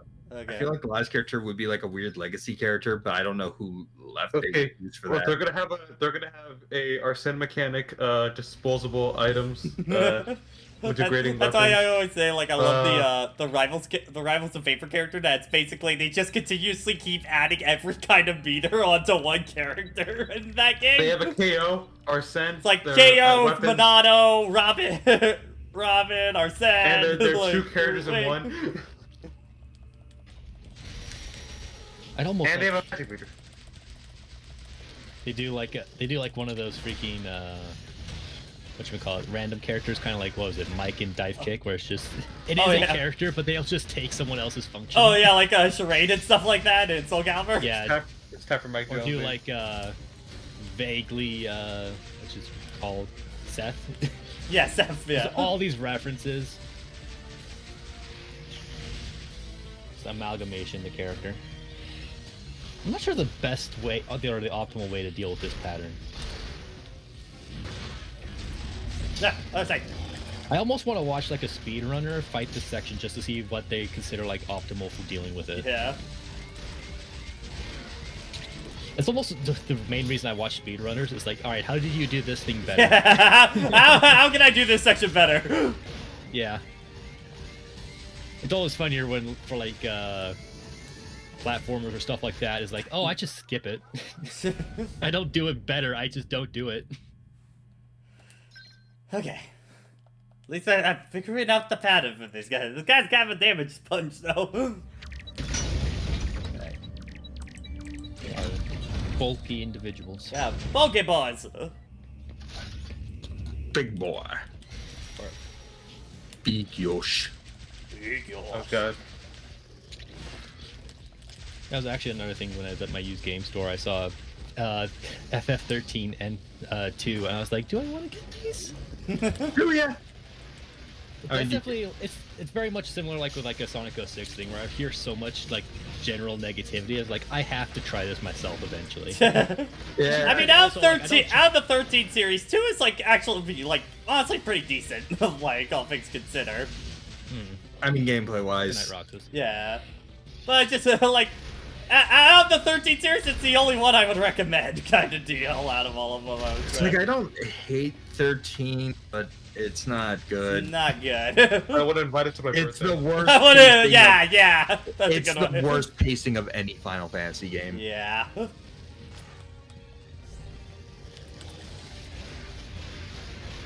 Also, like as a follow-up, like I don't really entirely trust too many people's opinions. Like I definitely take them with a grain of salt these days. Yeah. 'Cause there's been many times where I've heard someone I follow absolutely like talk about how much they didn't like something, and I tried it. I was like, oh, this is pretty good. So Yeah. Oh yeah, like you have to decide for yourself. That's like, why I love like doing all the like spin-off games now in my marathons and stuff like that. Of just like no one really talks about them or just like say, oh, it's bad, don't go for it. Like, I just want to kind of see what is it like for myself. What the fuck is this? Like yeah, like 06 is garbage, but like I actually get like kind of a guilty pleasure out of it. Yeah. I wouldn't even call it really a guilty pleasure for me. Yeah, it's kind of Like, just my turned into experience pleasure. was consistent, and I can actually appreciate that. Yeah, it's like, Like that's what I don't like about like Shadow the Hedgehog or my attempts to emulate Sonic Heroes. But it's just like, man, this thing was just so not cooperating with me. So I was like, I got tired of it. Yeah. yeah. You know what, Frankster? I understand you of like that thing where you gotta play like 15 hours of 13 for it to get quote unquote good kind of deal. It's not even that good. Yeah. It's honestly not that much different. You're just going to like waypoint Just markers. a bigger area kind of deal. It's a bigger area, but it's not any better. There's nothing to do in it. It's like it's literally a game of no towns and no side quests. Because the side quests are just hunt quests. Yeah. It's like there are good elements in there, but it's just not that good. Like the combat system is good for a 20-hour RPG. Yeah, not like a 40 How or long is whatever it? it is. It's like 50. Yeah, Oh. I mean it is a Square RPG, so. Ugh. I don't know if it's necessarily devs aren't interested in it or like the companies aren't interested in I think it's spin-offs. more companies are not. Because they're probably just not willing to like risk it if it's not gonna pay back in any situation. because I mean, development's getting more and more expensive, and you know, because most of the time a spin-off is thrown out as kind of just a we need funds sort of game. So. We need something to hold people over or something like that. Unless you're something like just- the Ace Attorney Late crossover, where it just takes like 7 years for that game to actually That be was more made. just better. That was a big risk. Dude, I didn't know how long the development cycle for that one was. I kind of figured, you know, looking about it, it does make sense because they got. I just find it funny that they made basically 3 Ace Attorney titles in the time it took them to make the one crossover. Well, I think Joe Desi was Like only the B development, team but had to was take still in over. development, Yeah. so. Which again, I was talking about this earlier. It makes me really question because it seems like Shu Takumi's like taking back the series at this point, and there seems to be an Ace 37 in development. So No, how the that's hell? rumor Was that- there recent like reconfirmation that that's happening? I think it was in the same thing that had the initial Herlock Sholmes leak. Because there was like rumors of Ace Attorney 7 happening like a couple years ago. I think no, like the recent rumor that like the recent like quote unquote leak that happened with the DGS Chronicles was that Ace Attorney 7 was in development. It was being made by the DGS team. I think that's what I recall it being. Yeah. Is that Shine Spark? Not Shine Spark. No, Screw Attack, yeah. So we gotta Let's just funnel through the names of the franchise. Yeah, no, that name. The California kid. Okay, let's see, we're at 2 Metroids now. Let me see the map real fast. Where's this last Metroid? Okay, got that one. We got, no, oh, there's, no wait, didn't get that one. It's one down there. Okay, so we need to go back to the beginning of this area again.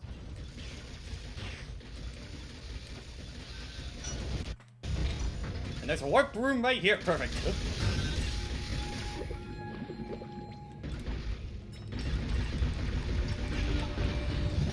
Metroid's one of those weird games for me, where it's like I'm always incredibly interested on the games, but I actually haven't played many of them. Admittedly, I think I've said it a few times, but Metroid took me a long time for me to really find my appreciation for the series, sort of deal. There's a learning curve to the series. Yeah, because it honestly took me playing a bunch of indie Metroidvanias for me to kind of get used to the genre, and then being able to come back to Metroid and then loving it, kind of deal. Well, I even like parallel it like with Resident Evil. Like, despite the fact that I'm probably one of the bigger marks of our media group for Resident Evil, I've only played like admittedly fraction of the series, but I just get so into those ones that I've played. Yeah, the series does seems like it has a lot of spin-off junk to it. I think it's like one of those same things for like horror kind of deal. Like horror, it's like usually I'm not usually big on like actually being in horror and stuff like that. But like I love everything surrounding them and stuff like that. More junk. Like I just don't like the tension of horror. I just can't handle it. Well. It's like for me it's mostly on horror. It's just I don't like the cheap jump scare shock kind of horror. It's like I can't stand it. It's like I'm an incredibly jumpy person, and that always just annoys me more than anything. Exactly. Like if you actually give me horror that like gets me like thinking about shit and stuff like that, then like I'm all in on that. Sexual horror is a bit more interesting. Yeah. Like I pretty much I think had still the biggest horror experience to me was just playing Resident Evil 7 in VR. I think that still would just be yeah. RE2 Remake is pretty much the most horror game I've played. I still think the scariest moment is just when Mr. X just pops in like out of nowhere and just chases after you. Yeah. Like, go give it to you. It's very sudden. There's no cutscene. The one that's the worst with Tyrant is the fact that is when you're doing a Claire scenario and you're in the garage and you just open the door, you have to wait for it to open, and then you just vaguely hear it behind you, just stomp, and you're wait, this is a fight now, wait, hold the fuck up! Like when he's in the hallway and he like moves the helicopter out of the way, which is what most people see or at least saw from trailers and videos and stuff. It's like, yeah, that one's more expected. And you're like, okay, well, here's an encounter. But it's worse when you're just not doing anything and then you just hear it behind you. It's just like, oh, I'm in the room, by the way. I still love someone streaming that for the first time and they put down the controller. It's like, all right, open this door, go drink a water, and then just thump out of the corner of the screen. It's like, wait. It's time to run! It's time to run! Like, I didn't... Got freaking RE4 Krauser all over again.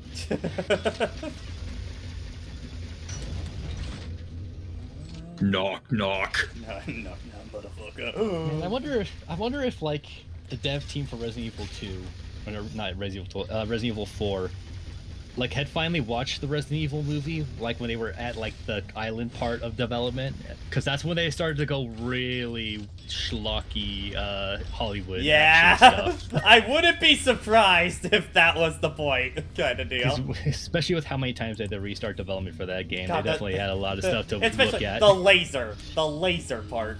Yeah, I mean, they just copied it. Yeah. Except instead of cutting you into pieces, it just makes you explode. Probably because they didn't want to put up their rating even more than they already had. But yeah. I mean, also just making that would have been a pain. Well, especially because like they were already making so many dismemberment animations, and this wouldn't even be played in Japan, kind of deal. So Yeah.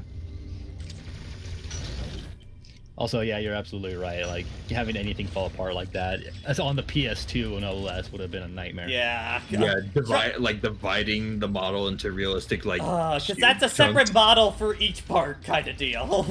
At Yeah, that point, that's just they wasted a lot of they were able to throw a lot of time into that development. They couldn't have put that much. yeah. Oh, Metroid. Oh, look, it's just a bad. Kill it the other way. Baby. Bad. You gotta kill it. Oh baby, oh baby, Oh baby. Rocco? Mrs. Bacon? That's like one of 5 clips I actually know from Rocko's Modern Life. Yeah. I've never watched the show. I know. Oh yeah, Rocco's Modern Life was like one of my early childhood. I assume Yeah. that's like 90s. Yeah, Really, it's 90s cartoon, yeah. pretty early 90s too on that. Yeah, it was a little bit more rare for me to find, like as like I started to turn like 8 and 9. So like whenever I did manage to catch it, I got pretty excited as a kid. Yeah, because I think by the time SpongeBob took over, then Rocco started to not like air much anymore after that. Wasn't that like And one of the then you first also had, notable like- shows from Nickelodeon? That's one of the first ones. Yeah, I Yeah, think it was like one of the first 3 from Nickelodeon. Yeah, it was like say. that, Doug, Rugrats, Hey Arnold, like Yeah. that era. Hey Arnold probably was a little later, but yeah. Yeah. I still have the problem where people talk about Hey Arnold and my brain goes to freaking Arthur the Aardvark. So, Hey Arnold, like for me, it was a case of like this is too down to earth. I'm bored. I can't have slice of life. We're the talking animals. Where's slapstick? The only episode I remember of Hey Arnold was the episode where the big guy with like the emphasized tooth. Yeah. He got suspended from school, and he spent most of the episode just trying to get back into school. It's like one of those moments of like, you're not allowed to be at school, go home. Well, I don't want to be at home. I want to be where all my friends are. I think one of the ones I remember from there was like the episode where Grandpa was pretty much on his own. Oh, I'm gonna prove I still have it kind of thing. And was like doing this marathon, and there was like one point in the marathon where they had to like go and swim with sharks kind of deal. It's like He still got it. The family curses 91, not 81. Oh, Man, the there- more I think about it, like Courage the Cowardly Dog, I am surprised how popular that show got, especially considering the cast is literally old people. I mean, also Yeah. considering of like the, that's definitely a show I feel that's like, aimed for definitely an older audience than what I feel like they were marketing it towards. I think. can't imagine another show ever capturing what Courage got. The only thing is like I remember people that kind of dropped off of television a long time ago always whenever I bring up how Gravity Falls, like for example Gravity Falls, like I don't know how they got away with half of this shit. They're always like it's like it's probably not as bad as Courage, and I'm like kind of close at a few points. I wonder if it occurs. There's some like gross ass CGI shit in that show. I mean, like it was a Like, very effective intentionally. use of CGI because, like, Yeah, guess what? exactly. It added to the horror. it looks so unnatural. Yeah. And you know what? Like, Courage is the right amount of horror, I would say. Yeah. For me, Like It's like- it definitely unsold me at times for some of the scenarios, but as a Like, kid, it's sometimes it didn't really hit enough, so I could still enjoy it. like it's unsettling with only the rare jump scare. There's never really jump scares. Mostly just like here's just some. I mean, the Weird ass shit. the claymation girl. Oh yeah, no, that one was fucked up. Just anytime you bring in claymation into a 2D setting, just always feels like Nightmare Fuel is close claymation is behind. naturally built for horror. Yeah. Yeah. And yet you get some. It's not quite claymation anymore, but freaking most things like by Aardman and Aardman Yeah. Like, and yet they're so charming with their stuff. Yeah, they know how to make Because it they have the really designs is down to a Like science. that's why Yeah, you wanna that's make always them why I appealing. give props to like Tarsier Studios, because they basically made Little Nightmares. It's just like, what if it all looked like a stop motion kind of game? Honestly, on that. You know, the guy at like studio like Yeah. you know, their classic films. Like I still always Or like- remember whenever my sister talks to me about animation, she's not much into it, but I remember her bringing up Coraline one time and just like she cannot watch that film because it just freaks her the hell out on that. Yeah, never seen Coraline, but like so many people freaking out about it. It's Well, definitely I think the it's definitely creepiest one of those cult classic films. The creepiest part, I think, for me is the freaking button eyes that they have on characters. It's just very unnatural. It just kind of creeps you out on that. Yeah, JoJo, Grim Adventures of Billy and Mandy and Invader Zim are more like absurdist, I would say. Yeah, Like, especially Billy. I'd say especially. I'd say did have a couple episodes that went full horror. I'd Yeah, say or just especially fucked Billy up. and Mandy is not really too much horror kind of deal. No, I can't think of a genuinely scary episode. Like there might be like a freak out moment that's supposed to get under your skin, but that's kind of the joke. Zim a few times did, especially with like Black Harvest and not stuff really- like that. Like there was like the face skin joke with Billy, yeah. like one Like, lemonade, please. Actually, an episode in Zim where his whole thing was I'm taking the organs from everyone Yeah, around me. Black That's Harvest. the exact episode. Like that's Yeah. the horror episode. Yeah. Yeah, it's And really good. I guess kind of I don't know, like some of the characters are just like the intensity. Weird. Also, man, when I like rewatched Invader Zim like about 5 years ago, I forgot how much of it kind of just evolved into streaming. Yeah. Yeah. And boy, They did very well. that didn't age well at all. Yeah. Like, I'm glad at least was it the Netflix one kind of toned that back a little bit on that. Yeah. it feels like they had to like meet a quota or something. Yeah.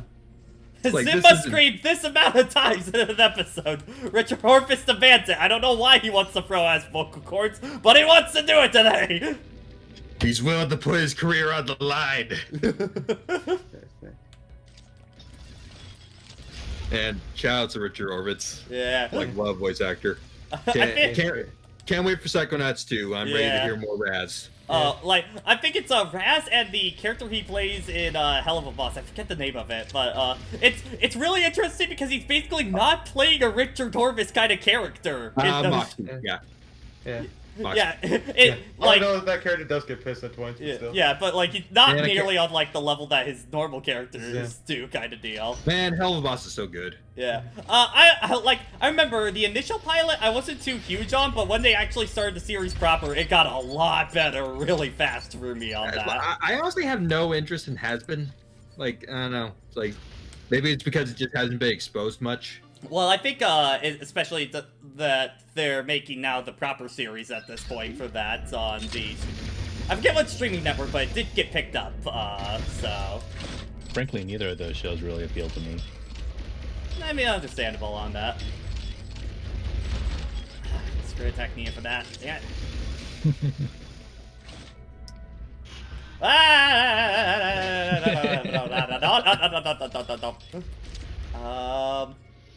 How did I get down there?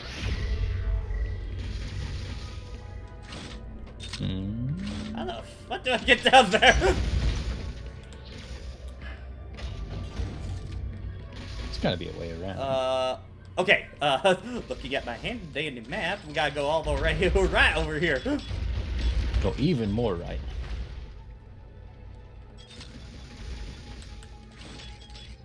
This far, right? Yeah, that makes sense.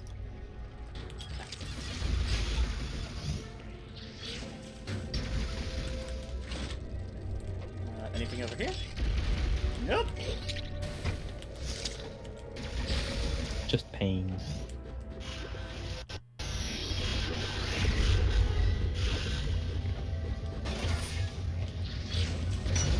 Yeah. Alright, nope, nothing else over Yeah, here. that's gonna be more or less a shortcut on your way back. Yeah.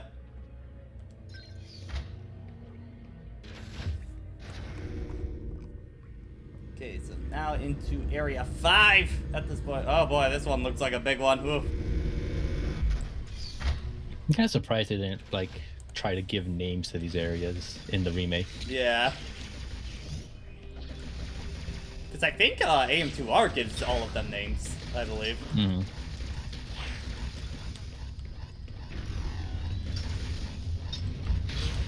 Again, we fans always like to fill in details where we can for stuff, so. Though AM2R also had the one part where it's just like, here's a giant mechanized Joseph that can fly and go all Iron Man and shit. It's like, okay, let's reel that back in a bit on that one. We appreciate your enthusiasm. Like, it's cool, but also it's just like, yeah, okay, alright. Oh god, I got Alexander Prime in my roulette. Avoid it, my man. Oh,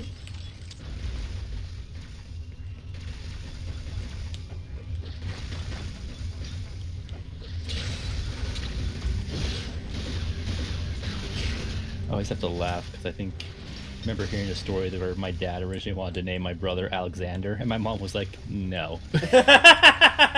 Just hard no. This is like, that's a bit much. It ended up as a middle name because he didn't want to necessarily let it go, but we're not naming our first son Alexander. Like, what's the problem with that?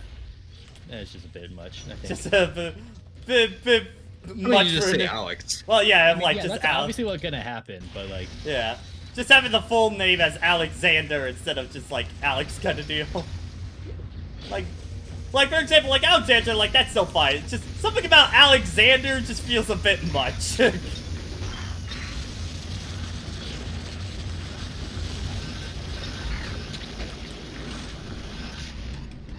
JoJo's been playing some Going Under. Very nice. Good game to play. Oh, I was actually looking at a trailer for that earlier when we were doing some brainstorming. Yeah, it's what was it? It's getting ported to Switch or something? Or is it getting like a definitive? I think it's already in there. I just forget the exacts of the trailer that was shown recently. Where is the closest? I need a good point where I can go and heal up on this kind of stuff. I know why, but it is a bit of a shame that there's not just one to bring you right to your ship. Yeah. Like also, I'm kind of surprised that they. I don't know. I kind of wish 2D Metroid would pick up on the thing of doing just making save points also health and ammo restore points as well, kind of deal. I mean, Metroid Fusion did that, didn't it? I'm trying to remember. Either that or they were always next to each No, other. no, it was at the beginning of the area. They were right next to each other at the beginning of a section. Right, that's what I'm remembering. Yeah. Which I do like that more, because it doesn't make you go on so much of like, okay, I got to a save point, but the health refill's like all the way over there. Yeah, it's a bit excessive.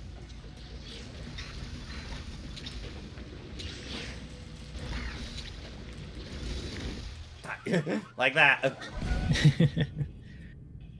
Now, don't send me very far back. If you send me back to the teleporter point, I'm okay with that. By the way, back at the elevator. Well, it had OR at the end of the statement. Or word.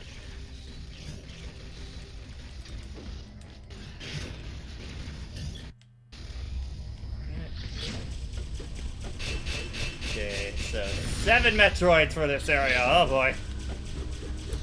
I know why they have this, but it is kind of goofy to have a big machine that was always built to keep you in track of Metroids. Yeah, it's like, what other purpose does that machine serve, kind of deal. Like, if I remember right, the original Metroid 2, it was just once you killed the last one. Yeah, once like, you just killed them, the lava just magically went down.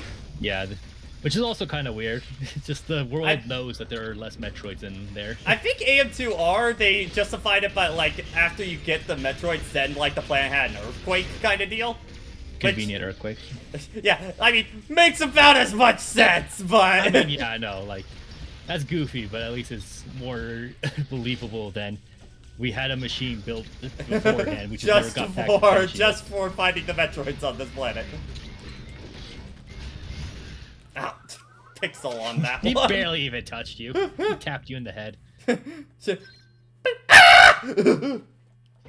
a thump, just like, no. No! Buy it, Samus! Buy it!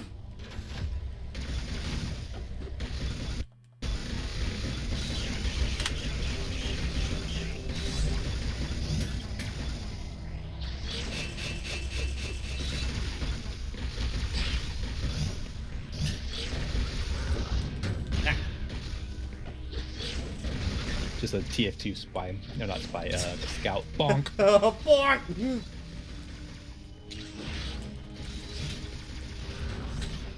I think Scout might be my favorite character in that. Just in terms of, like, the actor's performance. Yeah. Like, there's so much damn personality in it. We both got buckets of chicken. You wanna do it? Okay.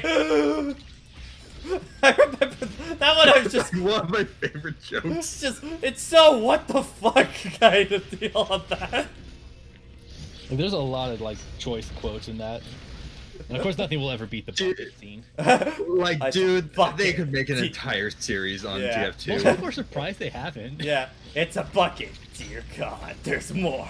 No. Like, just get the good writers and get the actors. Yeah. Granted, you'll have to get a new soldier, but Yeah. still. Yeah, rest in peace.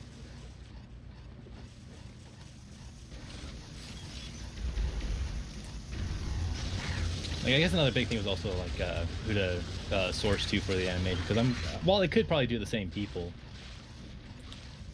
Is that all like in-house?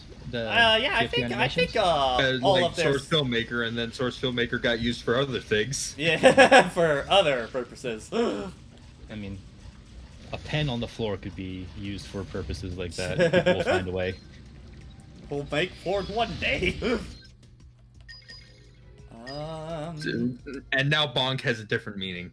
I mean, it's probably always had that meaning. Yeah, but the intent behind the bonk. Something about intent behind bonk.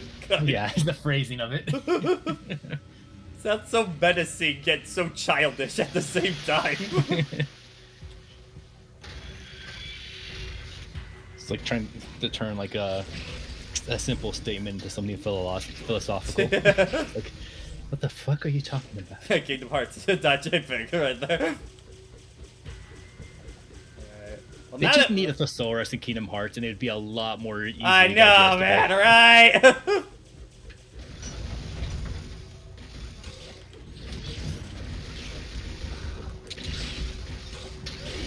Yeah, and then the moment they started to try to be creative with some of their shit, you got the freaking smells fetish.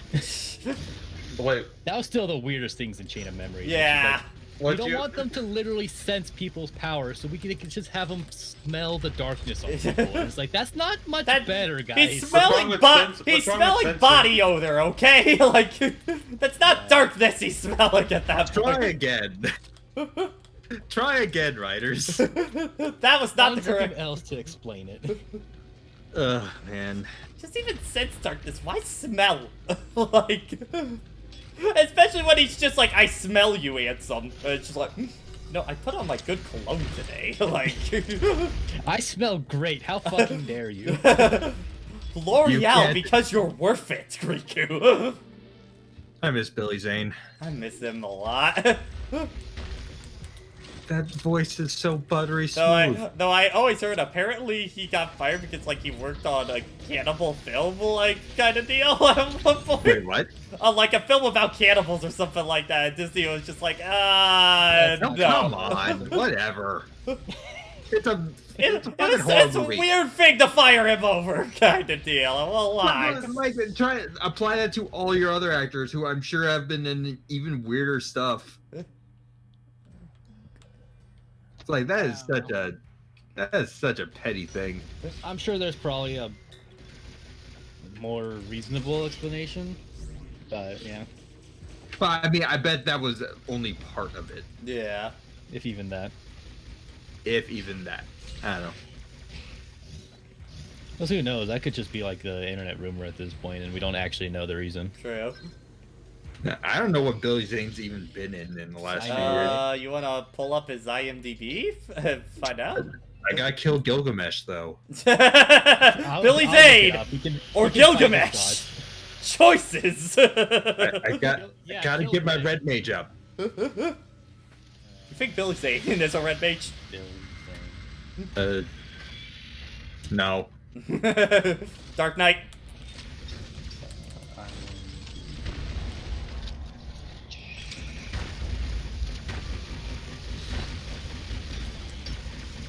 You don't see someone in a role long enough, you just assume they're dead. Yeah, I can kind of understand that, JoJo.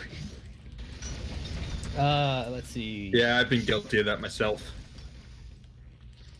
The most recent thing he has been in, we have the stuff that came out this year, which was The Downside of Bliss and The Believer.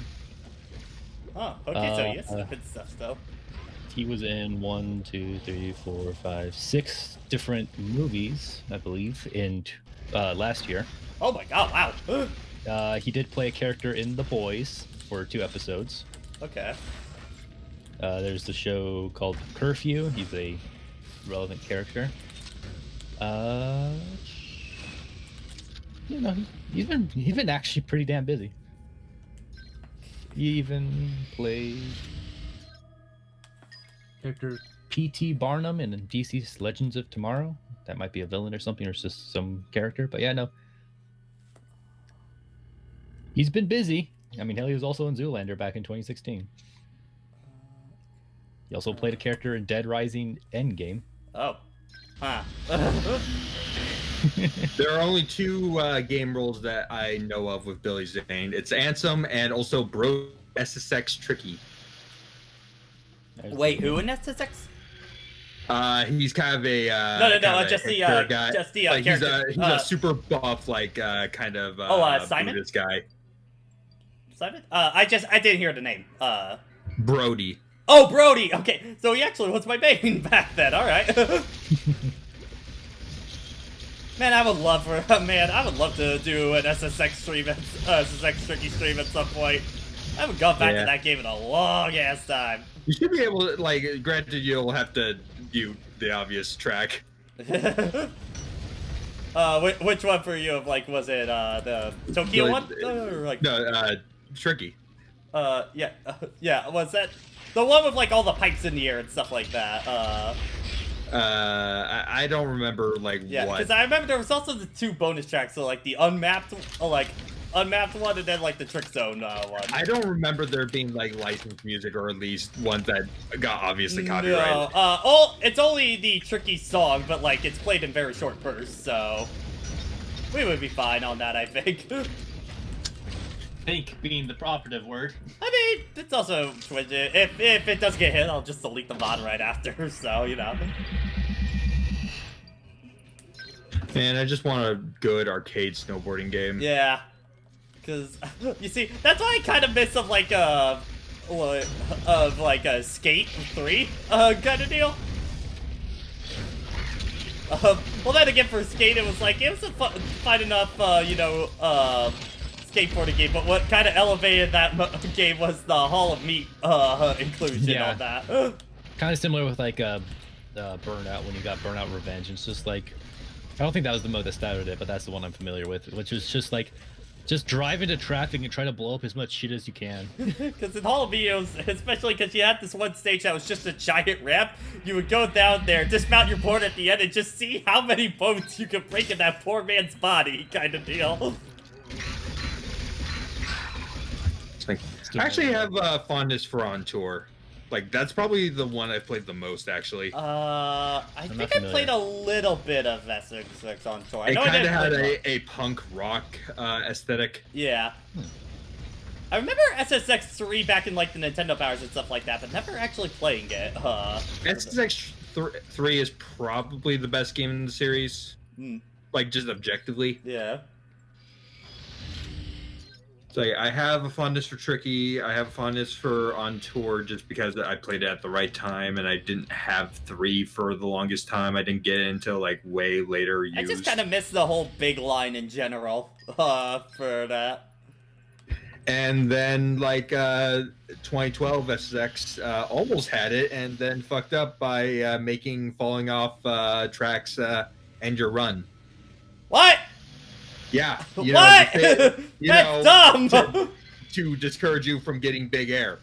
Oh, why would you do that? It's oh, like, that's so dumb. It had like survival elements, but the thing is, it's like. But like it was an arcade game. First and foremost.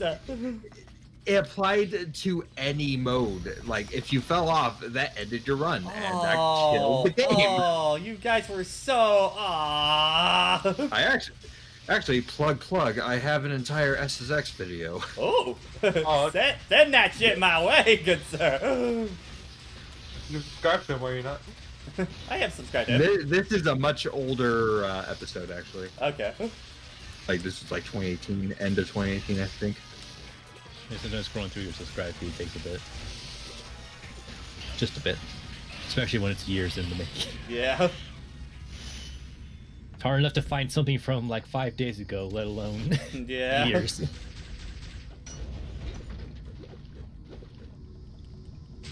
Bam. If I'm seeing this much water, I'm really hoping this is the area we get gravity suit in. What? Nah. Please, I need that sick ass suit because I love the design of it in this game. Where is my gravity suit? Where's my gravity suit?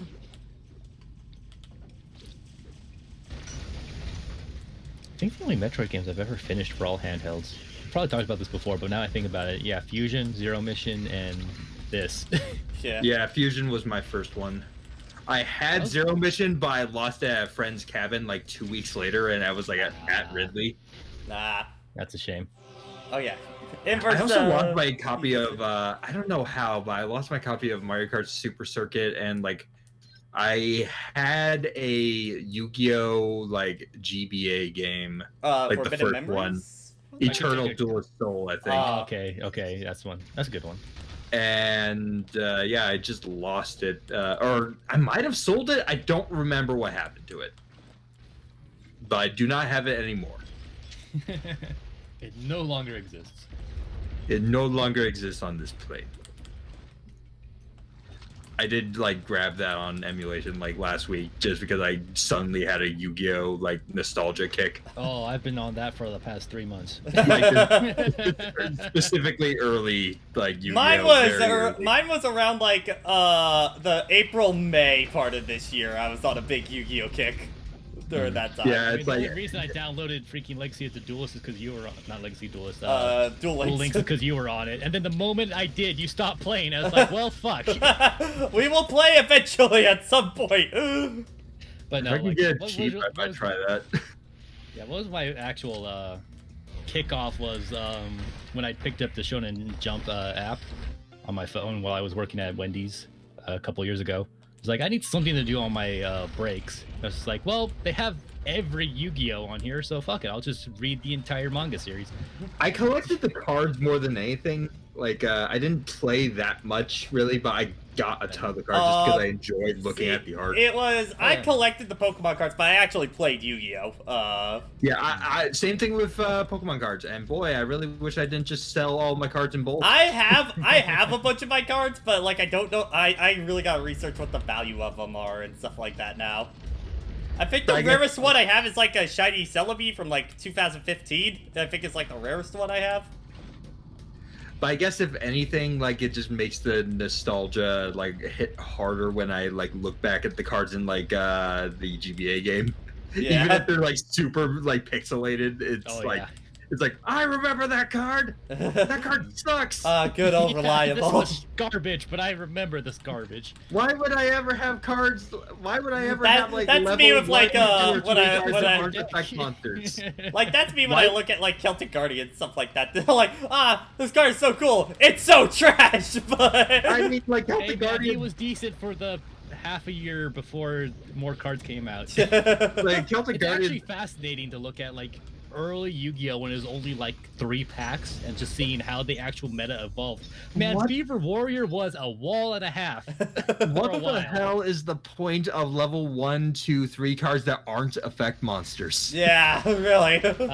These days we call that fodder for your links. Yeah. But it's like, even then, I feel like you have, is it, don't Link monsters, can't you use effect ones, or is that just normals? You can use anything. You can use anything for link monsters, Okay. but the big thing is that you can often cheat out normal monsters. Oh, easier. right, because, like, there's, like, card effects still with summon, like, a non-effect monster and stuff like that, right? Like, yeah, the game will give you some support where it's just like this thing can just crap out a bunch of normal monsters, usually with a little bit of a hindrance to it, but it still lets them get out easier. Fun fact, I went into more than one Yu-Gi-Oh tournament as a kid, not knowing the actual rules. So you got 5th place, right? Uh-huh. Like, also, not even knowing that best 2 out of 3 was the thing. I think I was 8. I don't think I ever Yeah. went to an actual Yu-Gi-Oh tournament. I think it was just, like, mostly, like, friend tournaments and stuff like that was, like, the I closest never I even ever did did. that. And then when I went into a tournament kind of knowing the rules, I didn't know about ban cards. Oh, you had, like, 5 months reborns in that deck, didn't you? Black hole, actually. Yeah. I thought the limit was 3, and I didn't think there were certain cards that were limited. My poor friends that didn't know that Cyberjar was banned, and I had 3 in my deck, kind of deal. Just like I just won't tell him. I think I remember from that Yu-Gi-Oh documentary, like, talking about the early game meta, and he was just, like, talking, it's like, only Yu-Gi-Oh would have a card like Cyberjar, like, ever be made, kind of deal. Destroy everything on the field, throw out your hands, draw a whole new hand. It's like, what?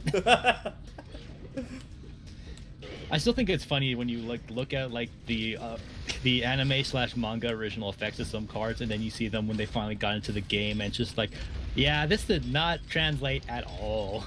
Card of Sanctity, draw to you 6 cards. Actual Card of Sanctity, throw away your entire hand to I maybe draw know, 2 man. cards or That something. made me so sad when I found out what the actual effect was. I was like, what? This is garbage. Like, yes, obviously getting to draw a fresh hand for free is ridiculous, but this is a bit much, guys.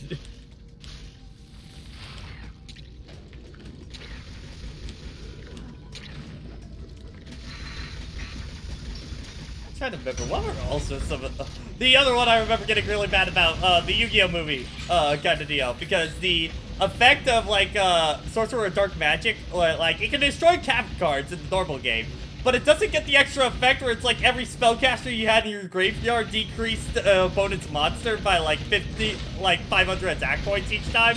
Something like that, yeah. I was like, oh, and it makes just, like, the actual card so not worth it, kind of deal, because the summon requirements for that card are ridiculous. Yeah, that tends to be how it be. Well, I mean, Shining Dragon wasn't much better. Yeah. You have to summon a triple material fusion monster in order to make something that's slightly more powerful and can, like, does it have like the freaking fusion monsters were so worthless. Oh, Oh, yeah. yeah. Fusion didn't become useful at all until GX era, pretty much. It's like, hey, you can only have one of these, and also you have to have the specific monsters, and also you can just get a better thing just immediately. Like, some of those would have made sense. Like that game. That game just from the start did not know how to balance itself. It's almost like it was a shonen battle manga. It's almost as if. I still think That's still the funniest thing. Whenever I think the username was Bing Bong, he was doing Yu-Gi-Oh shortened to like a minute and a half or something like that. Like every episode going through Duel Monsters. It's currently in the middle of Battle City. And like people would be joking in the chat, and I'm not sure if they're actually jokes or serious and talking like whether or not the show came before the card game. It's like you guys do know that the show came first, technically the manga, but still. Yeah. The question is like, did the card game exist before the show separately, and then they just merged together? No, I think it was a little bit after. No, it was definitely the card game did not exist initially because they didn't have the rules set in stone during Duelist Kingdom. So once the card game came out and they actually had rules established at that point, then let me look at the release date, because clearly the manga. Because I think the card game started when the show started airing in America. I think is when. That might be when it was finished. Let's see. Also, damn, like I'm currently in the main town in Shadowbringers, and like fucking the art direction has just like went up a notch. Which is saying something, because 14 is already so beautiful of a game as is. In terms of art direction, yes. Yeah. Like character models are limited. I know, but it's also an MMO, so you know. It's like one of the best looking MMOs, but yeah, you don't have much competition. There's not much competition anymore, unfortunately. Yeah.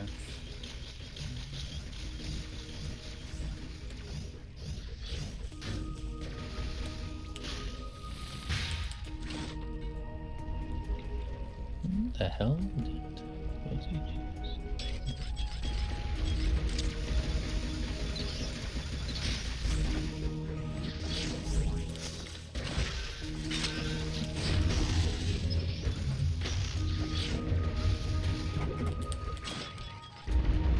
Ah, there we are.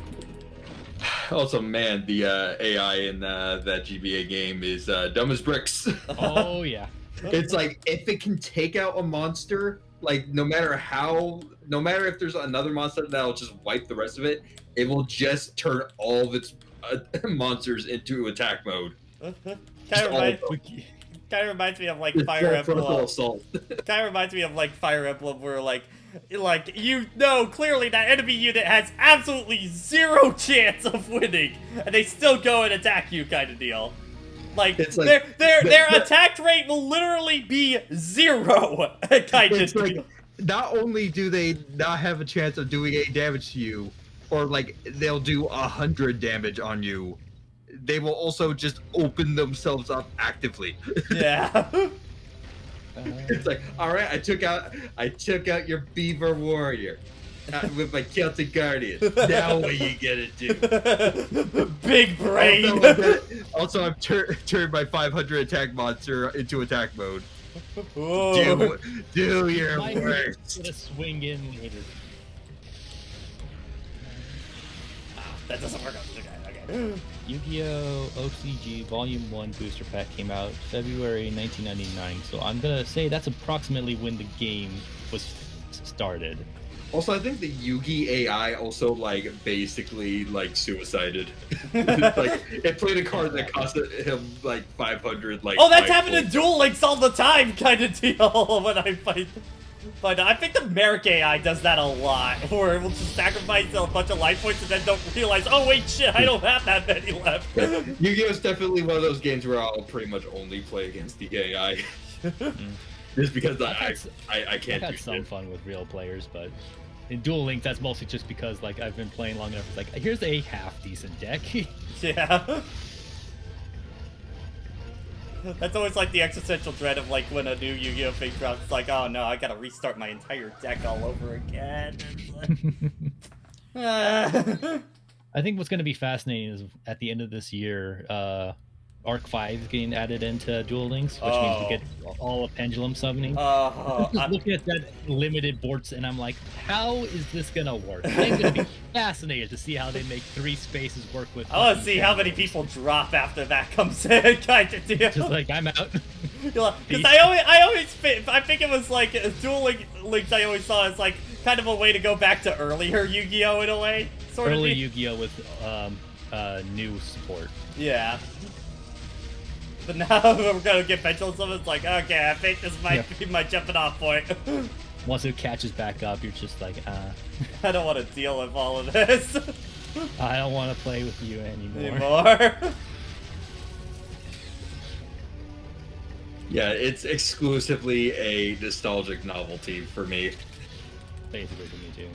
Just Like, I'm because. definitely more interested in the card game as time goes on, but that's mostly hearing people talk about the card game than actually playing it. Yeah, like the history of it is interesting, but actually trying to play is like nope. Like, I will absolutely watch Rank 10 Yu-Gi-Oh videos on any archetype that he brings up. Yeah. Just because I like his presentation, I like his humor. But fuck me if I'm ever actually gonna play. Yeah. It's a casual talking point for me, if anything. I think I remember there was one Spyro stream where Alex was just trying to explain everything about modern Yu-Gi-Oh! And it just got to the point where it just sounded like absolute nonsense, and I just put like the gif of the woman just like thinking with all of the equations behind. I remember that, yeah. Like, him and Jason were going absolutely to town because I think I set them up for it. And then me and Pat are just sitting here while Pat's playing the game. It's just like, what the hell are you guys talking about? I cannot even track this anymore. Yeah, my investment more so in the manga and shows, really. I just like the universe, as stupid as it is. It is very stupid as time goes on. I mean, I guess it's always card games have to rule the universe. Yeah, it gets a little absurd. I think, Mother's Basement, I think, put it best. It's like, there's just something about the original Yu-Gi-Oh! That just is like, this weird anomaly of a bunch of things where it had to morph its identity so many times that just kind of made it work, sort of deal, more than a lot of the other seasons. It's almost like a fake it till you make it situation. Yeah, it's like, which I think just kind of makes it even more fascinating in the like manga-wise, when he basically gets to end it doing what it originally was, sort of deal. Kinda. Unfortunately, I mean, that was also when he was basically actual dying art during withstanding development. of its quality, but Yeah. especially in the anime, good god. I can't watch the anime much anymore, especially when I read the manga and then I try to go back to some of the same stuff in the anime. I'm just like, I can't deal with it. This is way too bloated. Just get to the stuff. Like, I really liked the final ceremonial duel between Atem and Yugi. I read that a bunch when I got there, and I just like, I'll go watch the anime version. I'm like, oh my god, It's just so... get on with it.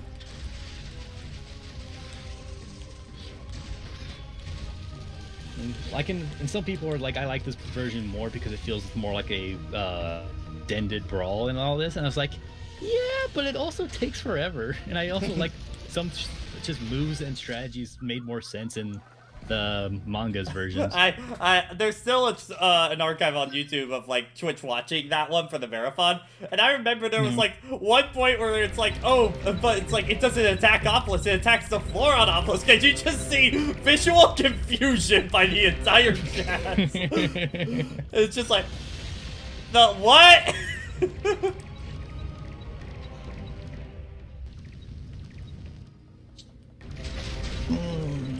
Love Yu-Gi-Oh! To death. Absolute mess. It's such a mess. It's the mess I like. It's like, oh yeah, give me that garbage. Give me all that hot garbage, please. Hey, sometimes garbage is fun. Yeah. Come on, we're Kingdom Hearts fans. Yeah. I was just thinking that in the back of my head. It's always my go-to excuse Dude, every it's time. the easiest job to take. It's so easy. Well, I mean, it's just, it is always, I feel Kingdom Hearts is always my love to hate kind of franchise sort of deal.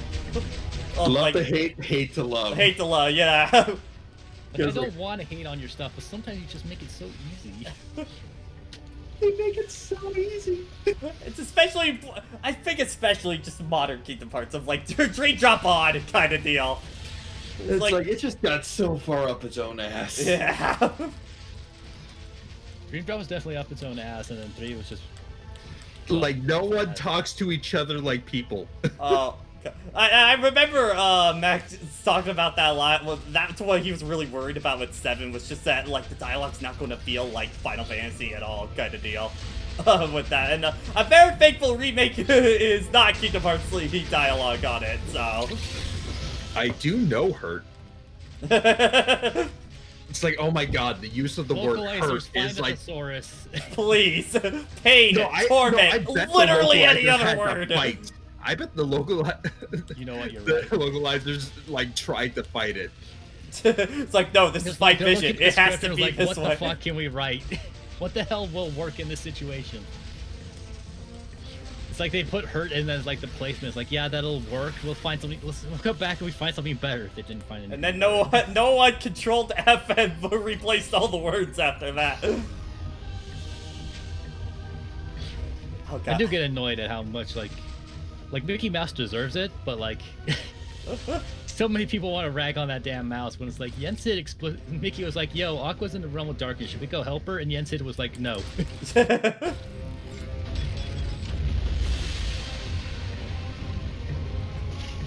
Like, if we're gonna blame anyone, why don't we actually blame Disney? the easy. real Yeah, evil yeah, of this yeah, entire he is the series. guy. He is the guy.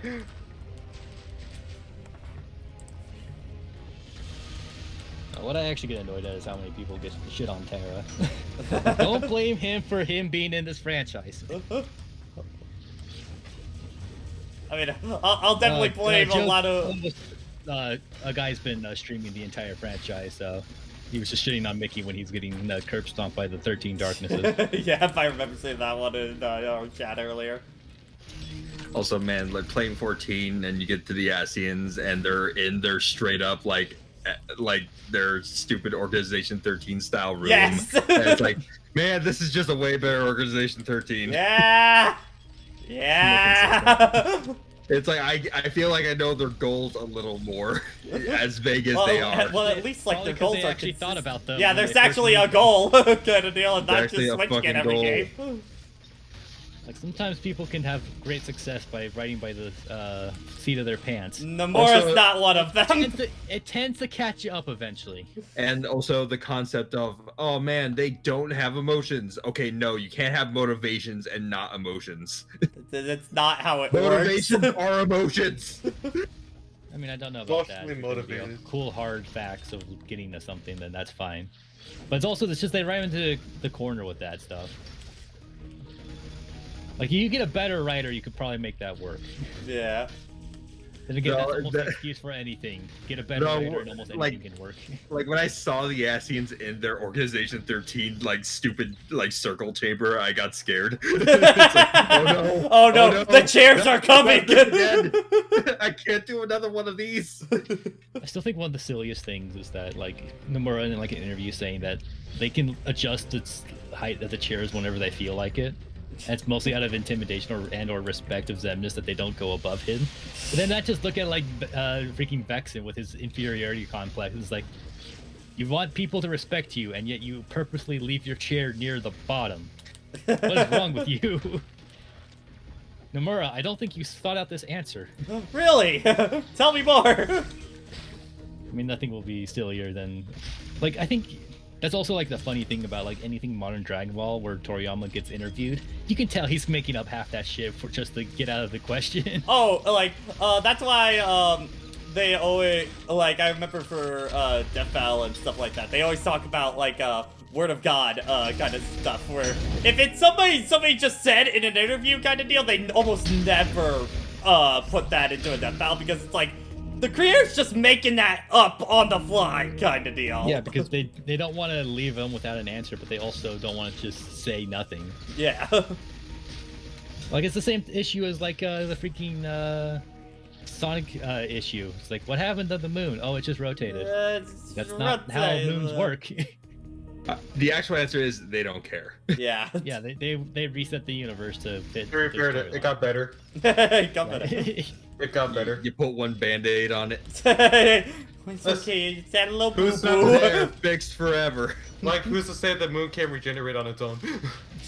That bone repair juice is working its magic. Yeah. Well, considering the fact that the moon is functionally, I don't know if dead, basically. Like, you can't really regenerate much of anything. That's why it has craters on it. They got a new one. Yeah, they just replaced it. Replace the moon. They went to Mars and borrowed one of it. Yeah, they got some to spare. Who's say they can't share? All the weird science fiction going on in the Sonic the Hedgehog universe to justify Eggman doing something stupid. Yeah, no. That's why. Traveling through There's space no to money. get another moon is actually one of the more reasonable answers we could come up Yeah. There is gotta no be money in Sonic the Hedgehog. I did still with. find it. it Find it funny in SA2 where he has that spaceship to get get to the Ark, but he also has a perfectly fine teleporter at the same time. Also, why does like Eggman have a classic shuttle? Yeah, that's what I'm talking about. I feel like he stole that at some point or bought it. Why Like, did he I steal really it from wanna find a NASA? use for this. Hey man. Hey They man. deserve it. They had it coming. No, like they were gonna use it for anything better. The government shut down all of NASA, and they were just like, "Well, what are we gonna do with this giant airship at this point?" That's a real. It's not like they were gonna use it for anything better. I have a proposition. See, we will call it recycling. I know, impeccable Mike Pollock impression. Hey man, when you're reaching for the Flawless. sun, sometimes you're gonna fall short. Yeah, a few billion miles. Oh man, I still think one of my favorite times of meeting a voice actor. I think I've said this a few times, but the voice that has been doing Bowser since Mario Strikers, he was at TMG one year, and I just met him at the Screenwave party, and we just started shooting the shit with him for like an hour kind of deal. I don't know why, but for some reason I thought Bowser never had a proper voice actor. I don't know why I thought that. Well, I I did. think it's just I think it's just been like stock sound effects, but then like at that point they were like, okay, now we need somebody to actually like do grunts for him and stuff like that. So that's when he got ironed up. But I'll always remember his story that he has for 3D World, because he's in there with all the Japanese directors. To do it. But then I remember when it got to Meowser, it's just like, what the hell is a Meowser? It's just like, it's a cat Bowser. Go. It's like, what the shit? You can just, his mind was just processing, what the hell does that even sound like? About that. You know what's one of my pet peeves? What? The sound reuse in Mario in the last 15 years, like since Galaxy. Yeah, I think it definitely. I remember it annoyed me a bit for Smash 4 when so much was reused from Brawl. Kind of deal. It's just like some of these guys, I wish they got new recordings, and a few of them at least got new ones for Ultimate. So like Peach annoyed me the most because she had like a weird echo on her voices in Galaxy. Oh yeah. It's like the weird shouts that just don't fit. So whenever, also I don't think they were very good voice reads. Yeah. They're probably fine for the time. I forget. Like, Was that even? I didn't like them back then. The thing is, I'm trying to remember. Did she get like a new actress so recently or something like? Probably. Because I remember the Odyssey voice sounding a distinct bit different than like her normal voice. I wouldn't be surprised. Well, I even remember when Min Min was announced and Sakurai explicitly mentions, like, yeah, no, we've been reusing the same handful of lines for Captain Falcon from Macau forever. Yeah, I think. And then they finally get him in the booth and they use him for nothing. Yeah. They use him just for a video. Well, like, then I remember that he's not getting work. Like, it's like I'm very thankful for for example for Roy, they actually when he did come back for Smash 4 that instead of just reusing the Melee ones that they had him re-record every line kind of deal. And according to Sakurai, it was just like Roy's actor like sounded like no time passed. He was just in it, ready to go kind of deal. Just hit his vocal peak and was like, all right, this is my range now. Always been ready. But I remember I was so worried when Ultimate came, and your Lothal's okay as Marth, but it doesn't quite it took me a long time to warm up to it because it doesn't quite have the same impact that his Japanese voice had, and I was really worried about that for Roy until they announced it was Ray Chase, and Ray Chase just knows a way of how it sounds like he's just breaking his arm every time he throws out an attack. It's amazing. I haven't really listened Roy stats, closely that would to be those. accurate. And then, of course, Roy's death cry in Ultimate. Good lord. Ray accidentally went to a freaking 11. Is like, should I bring it back? She's like, no, that's good, fine. Next Yeah, take. Let's move on. Do you still have a voice, Ray? You know? Okay. Do you need some water? No, I need fire and nothing else. Christ, what's the... Who's Ike's current voice? I keep forgetting his name. I see the actor in my head. I can't. I know, right? See, none of his damn roles. It's gonna fucking bother me now. It bothers I know me. it. It bothers me a lot. It bothers me. It bothers me Bothers a me a lot. lot. That one's still green. How do all these squares make a circle? I think that's one of my favorite ones. It's just he just somehow makes a circle out of that. It's just like, how the fuck did I do that? Lucas. And a perfect 12 by 12. Greg Chun. Every time, Greg Chun. I'm sorry, I Greg can't Chun, remember his yeah. name. He is on, like, it wasn't until he played Adam in Nier Automata that I could start to hear him as anything but Lucas from Fire Emblem Shadows of Valencia. Like, anytime he was doing his Roy performance, I was like, you're just Lucas. Oh, man. I'm sorry, but all I hear is Lucas. He's Who someone else. voices 9S? 9S?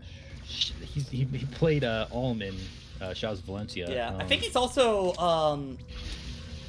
a character in 13 Sentinels. I'm trying to remember who. That man can yell. Oh yeah, he can yell. He gets some good ones in Fire Emblem too. Doesn't get to go as all out as he does as 9S. Like 9S was like, that's another situation of like, do you need a throat lozenge? Do you need some tea? Yeah, just that that one moment in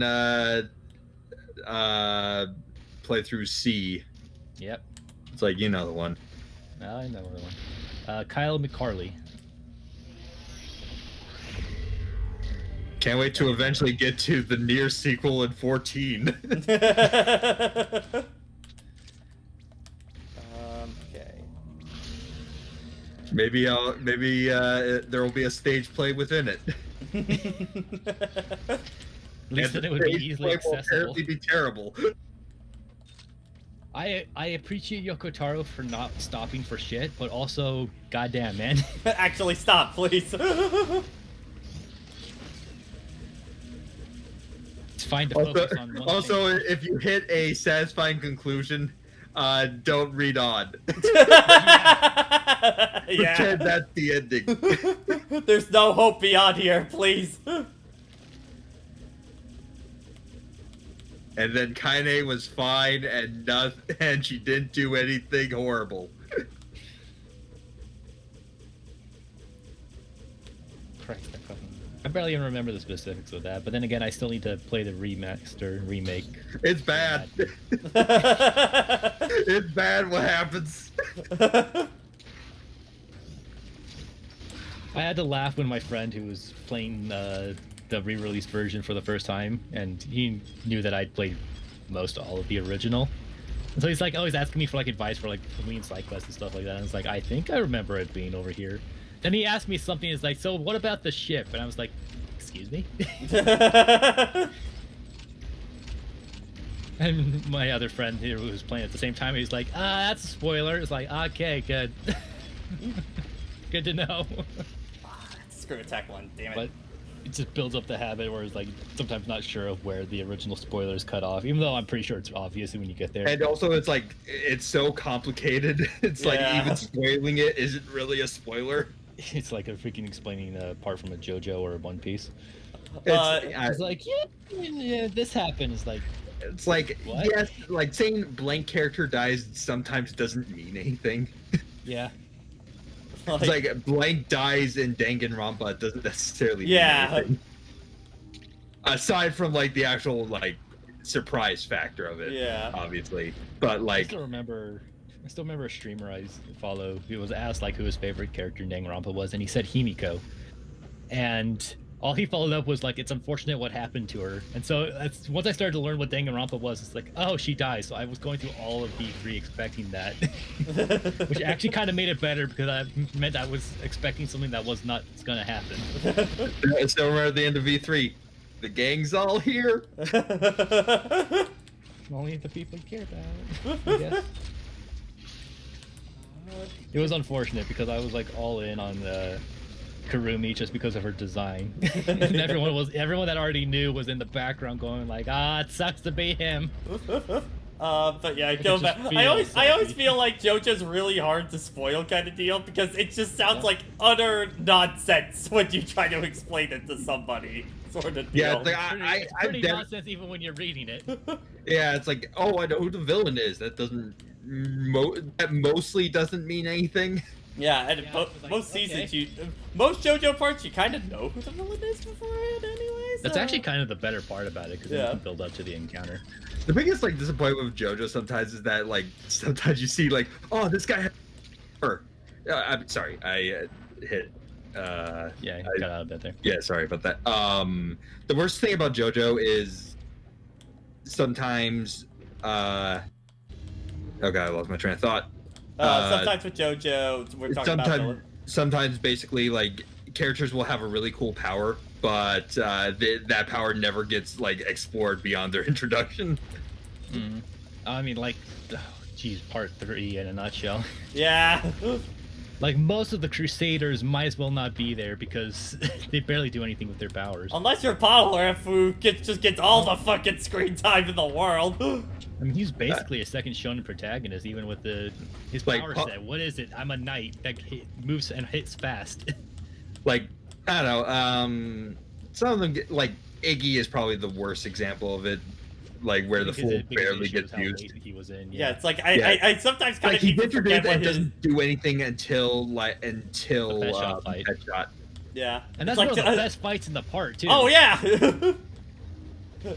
But admittedly, like sometimes I have to think it's like, what the fuck did what was the fool's power again? Kind of deal. I don't know. It could be worse. It could be Fugo. Yeah. But it's like I remember what Derek from Good Vibes Gaming was just replying to a friend was just like, what is this JoJo and why should I care about him? And just the one part in part 4 where it's just like he turns around the paper and then there's a gun kind of deal, and he's just like this is a JoJo and this is not an edited GIF whatsoever kind of deal.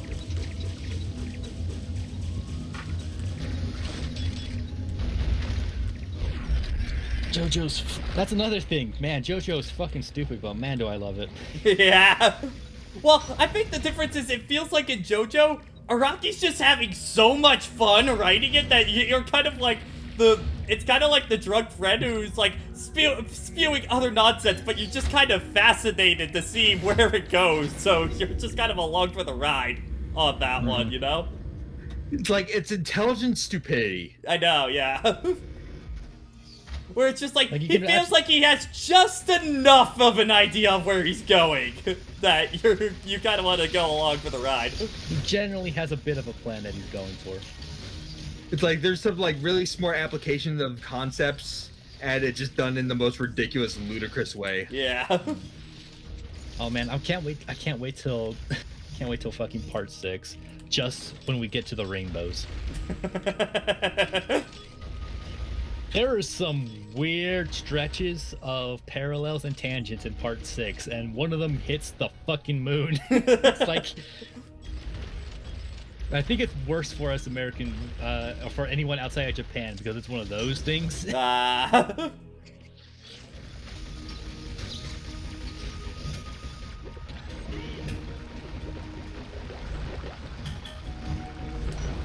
If I remember right with like Fugo, like the whole thing was like, if I remember from an interview, Araki had talked about that he was originally going to be like a proper trader. Yeah. But then real life circumstances made Araki not want to write that kind of stuff. Like he was horribly depressed at the time. Yeah, so instead of having that kind of a story thread happen, he just had him written out of the story. Which sucks to have, even just because no matter what your actual connection is, just having something just left over and not followed through on, it could be just really, yeah, like he doesn't properly explore it. It's like he doesn't write anything else. Like you get like a novelization that Araki supervised that came out after Part 5, but even then, it's like not many people are gonna go read that or can even find it. Yeah.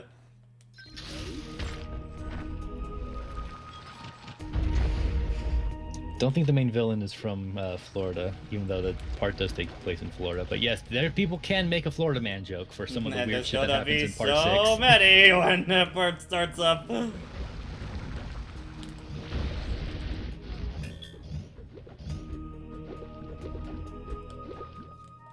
I want my gravity suit really bad. Where is it?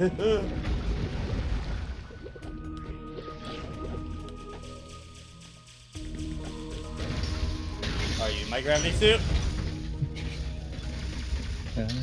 Gravity suit! Finally.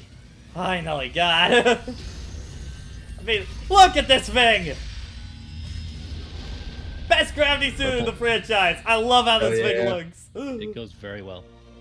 Man, like the blue on purple. Yeah. Makes me really excited because we got to see what the Very suit looks like in Dread. I'm really excited to see what Fusion suit looks like. Gravity suit looks like in there. I wonder if we're gonna have we had any explanation about why Samus's suit looks like it does in Dread? Well, it's probably just an extension of the Fusion suit, most likely. Hmm. And she's probably just had to make like self repairs to it and stuff like that, because she's now completely rogue. Yeah, I was just curious if like it was going to be a situation of kind of like a Mega Man X to Mega Man Zero, where it's just an art style change, but you're supposed to believe that this is the exact same armor and that Zero was wearing the entire time during X, even though it looks nothing like it. Yeah. So like that's that thing where it's just like, is it just art style or is it going to have an actual explanation to it? Man, classic Sonic really made that weird. Because I mean, let's be real, that was just Sonic before. Yeah. Like classic Sonic games happened before Adventure. Then it was like generations just looped back, but then Forces made it another dimension kind of deal. It's like, now that makes even less sense on that one. Like, that was like one of the worst things they could have done. You explained it, and you probably shouldn't have. That's a lot. That falls into kind of a lot of prequel traps. Is one thing that I always hate with prequel storytelling is when.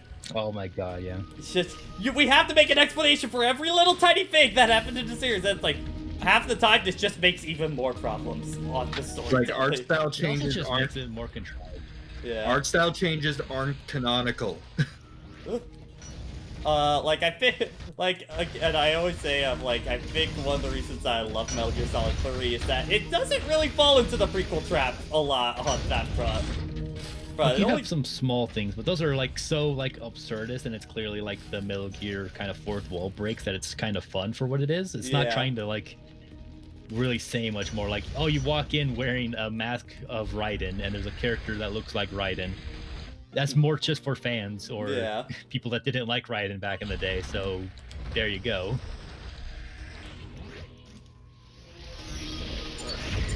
To go back to the to JoJo Part 6 talk for a second, I cannot wait for all the Poochie memes.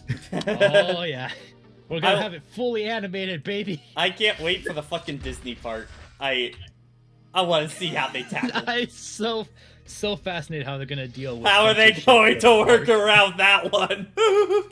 Poochie died on the way back to his home planet. What was already fascinating was like, Araki was already like, he doesn't give a fuck about like the music references just because they're names.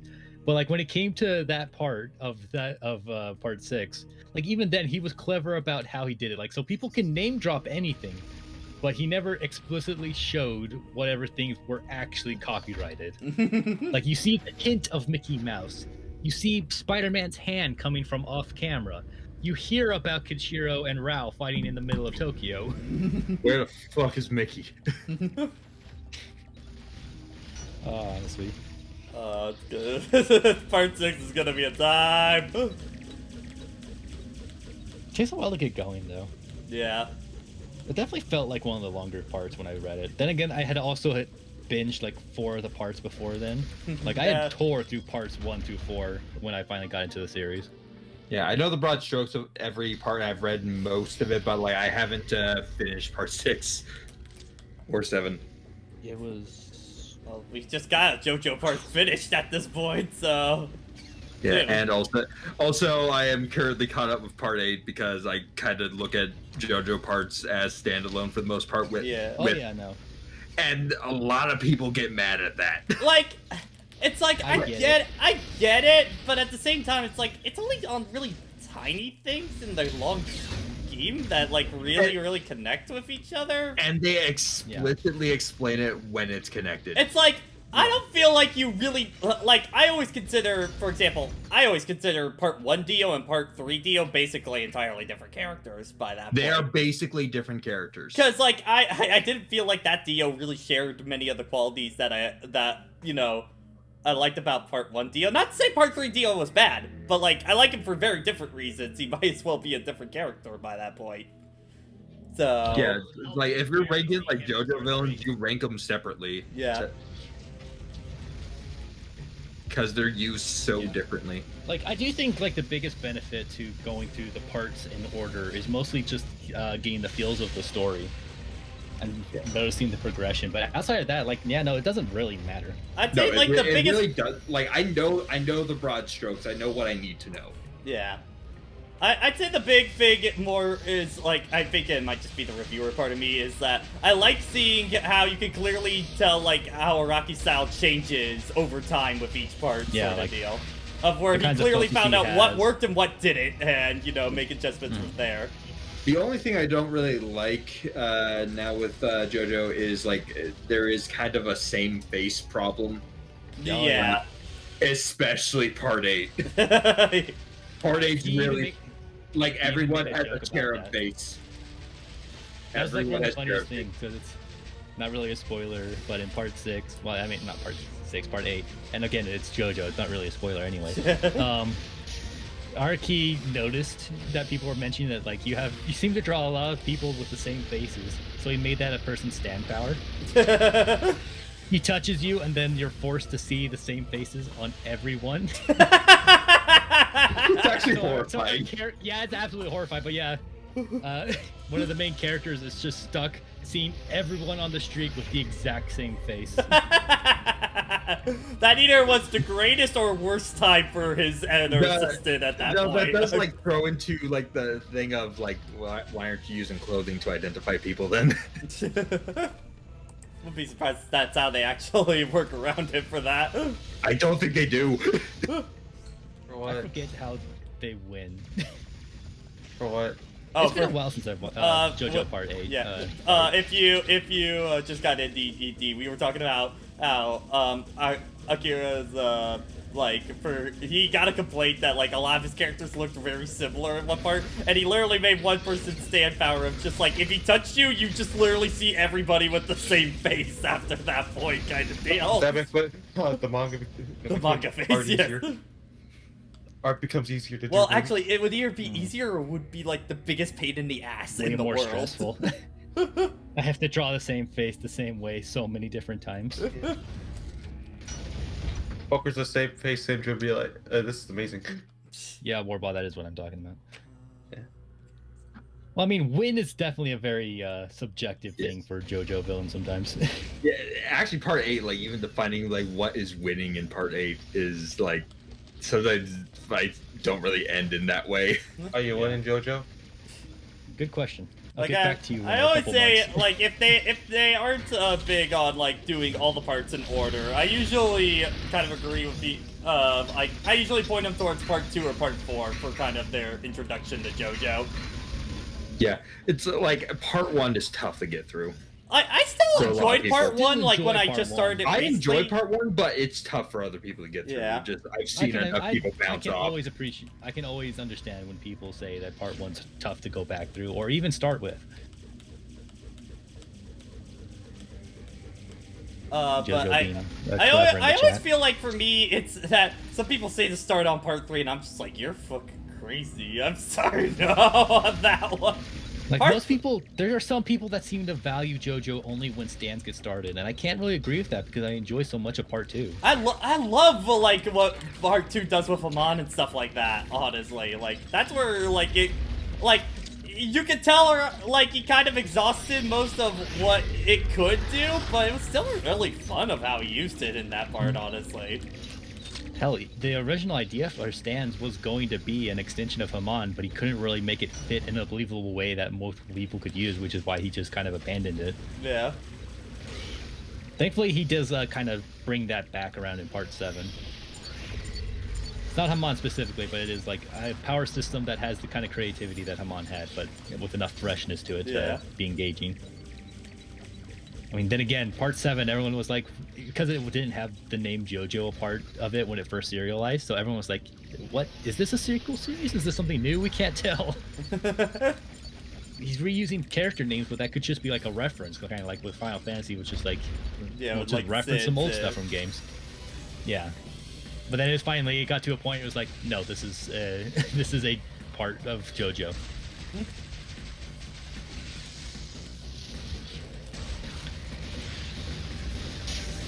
Also, if and when we get JoJo Part 7, get ready for a lot of CGI horses.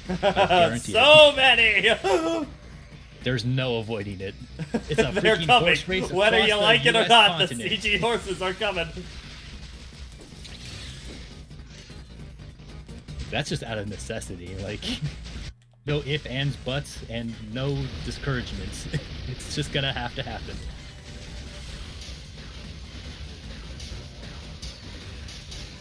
Also, one camel. Alright, there we go. It was functionally a reboot, but Okay, I always, to loop it back around to Ace starting out there, like, that is why the shift. Yeah, Same thing. They both point. At least I think they do. It's I do think Ace Attorney probably should be like adopting the like kind of JoJo of where it isn't the same universe, but we effectively do have a different cast like every games or it stuff needs like to that. take an anthology approach. Yeah. Yeah, exactly. Just so people That's can definitely jump one in of my whenever. favorite- That's the strongest thing about JoJo is the fact that it's an anthology, so you can start whenever. Yeah. Like, it's not, but it might as well be. Yeah, like it's functionally an anthology. And also, like, you know, if you go with later parts, like, later parts betray conventions that were established in earlier parts. Yeah. Like, all the time. It's like, Araki does not hold himself to, like, older rules. Yeah. Which can be frustrating in some regards, like, in understanding what a stand can or can't do. Yeah. It's like, you can't make assumptions. I do agree, Brandon. Part 6, you probably shouldn't go in as your first one. Oh yeah, that's not. No. So some parts are worse to start with than others, and part 6 is one of them. Yeah. Which I feel like a lot of people are gonna make that mistake because all they're gonna see is, oh, Jolene's really cool. You should totally see this one. It's like, if you haven't seen the part of JoJo, you should start with something else for another part. At least start with part 4. Yeah. If you want something to start with stands, then start with part 4. Yeah. Part 4 is fine. Part 3 is fine. Part 2 is probably the best to start with just because it's a good story. I always itself. think part 2 encapsulates like the energy of JoJo. I think It's really well. like you can clearly see how stand battles started to happen. Yeah. Hell, the first episode of JoJo Part 2 tells you everything you need to know about why people like the franchise. You get the bombastic energy of JoJo, of Joseph, but you also get the creativity and also just sometimes just the batshitness of like, here's a fight. It starts with our protagonist pulling out a machine gun and gunning down the villain into an open restaurant. Yeah, and then he jumps out to stop a grenade, but then he's got like 7 more grenades behind him. And then his old classic technique of run away. I love the creativity of part 2 so much. It's such a fun one. And also, what's it called? We were talking about Ace Attorney. Like, I'm also kind of fine if they just do completely new settings, like they do with Great Ace Attorney. Yeah. Just like, a completely new setting too. all I want, all I want is them to round out Athena's character, address the one elephant in the room. You know the one. The one, yeah. The one that should have been addressed as soon as it was introduced. Should have been addressed in Ace Attorney 4, and then they tease it in 6, and it's like, are you gonna actually do anything with this one? I think I saw an interview because apparently nowadays they don't want to follow up on shit like that because they want people to jump in any entry, apparently. Even though they... I know, even it's though so the dumb. Storytelling, like, requires... That's also part of why, like, 5 and 6, like, they don't really connect too much besides Blackwell. How do I... It's like, whatever, Ace Attorney 5 had Blackwell, that's all I needed.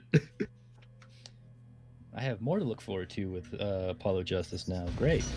Let's go. Oh, whenever you go for Apollo Justice, that's gonna... I'm curious how you're gonna be during that one. I'll be sure to send a public postcard to everyone when I finally get back to Case 3. Assuming you ever finish Trials and Tribulations. I know. That game. I know at this point, right? basically, Alexander just kind of getting forced into play Case 30 because her and Chaos Hound pretty much made a bet with each other, kind of deal. Well, it was like Chaos Doom has to play for Danganronpa, and then Alexandra has to beat Ace Attorney now at this point, so... Basically, at least do the trilogy. Yeah. Whatever step it could probably be able to beat Case 3 of Trials and Tribulations. I haven't even started it yet, so... Oh, that's true. I thought you started at least a minute. Nope. For some reason I thought you did. Okay, I'm Yeah, trying actually. Fuck it, I'm gonna grab my DS now. Yeah, I feel like I don't think it's actually gonna play, but do you start a minute of the game? Yeah. Do you start a minute of it? Where the fuck is my DS? Well, that's a new issue now. Yeah, that's a much bigger one. Found it. Yeah. Okay, it's actually 10 o'clock, so I am going to hit a save point right over here. Alright, a lot of progress on this one. I'm really happy with that. Mm-hmm. Alright, well, we will be back tomorrow night for more Samus Returns at that point, so... yeah, and then, I think From the Charity Room is still going, so we can go raid them. Yeah, they are. Alright, awesome. I see the thing.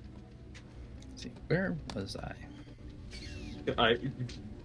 For some reason, I thought you did put a minute in, and it's okay, motivation's gone. Let's see, continue.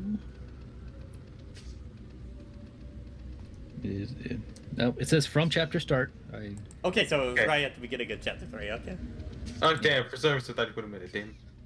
It might have been one of the other cases. I don't know. Wait, was it maybe chapter 4? No, I don't think he's definitely in chapter 3 if his motivation's low. I definitely feel like I've talked about starting something and then just dropping it. Hmm. Yeah. Maybe it was Injustice for All. Yeah, America, so you said You beat Injustice for went through both games again just to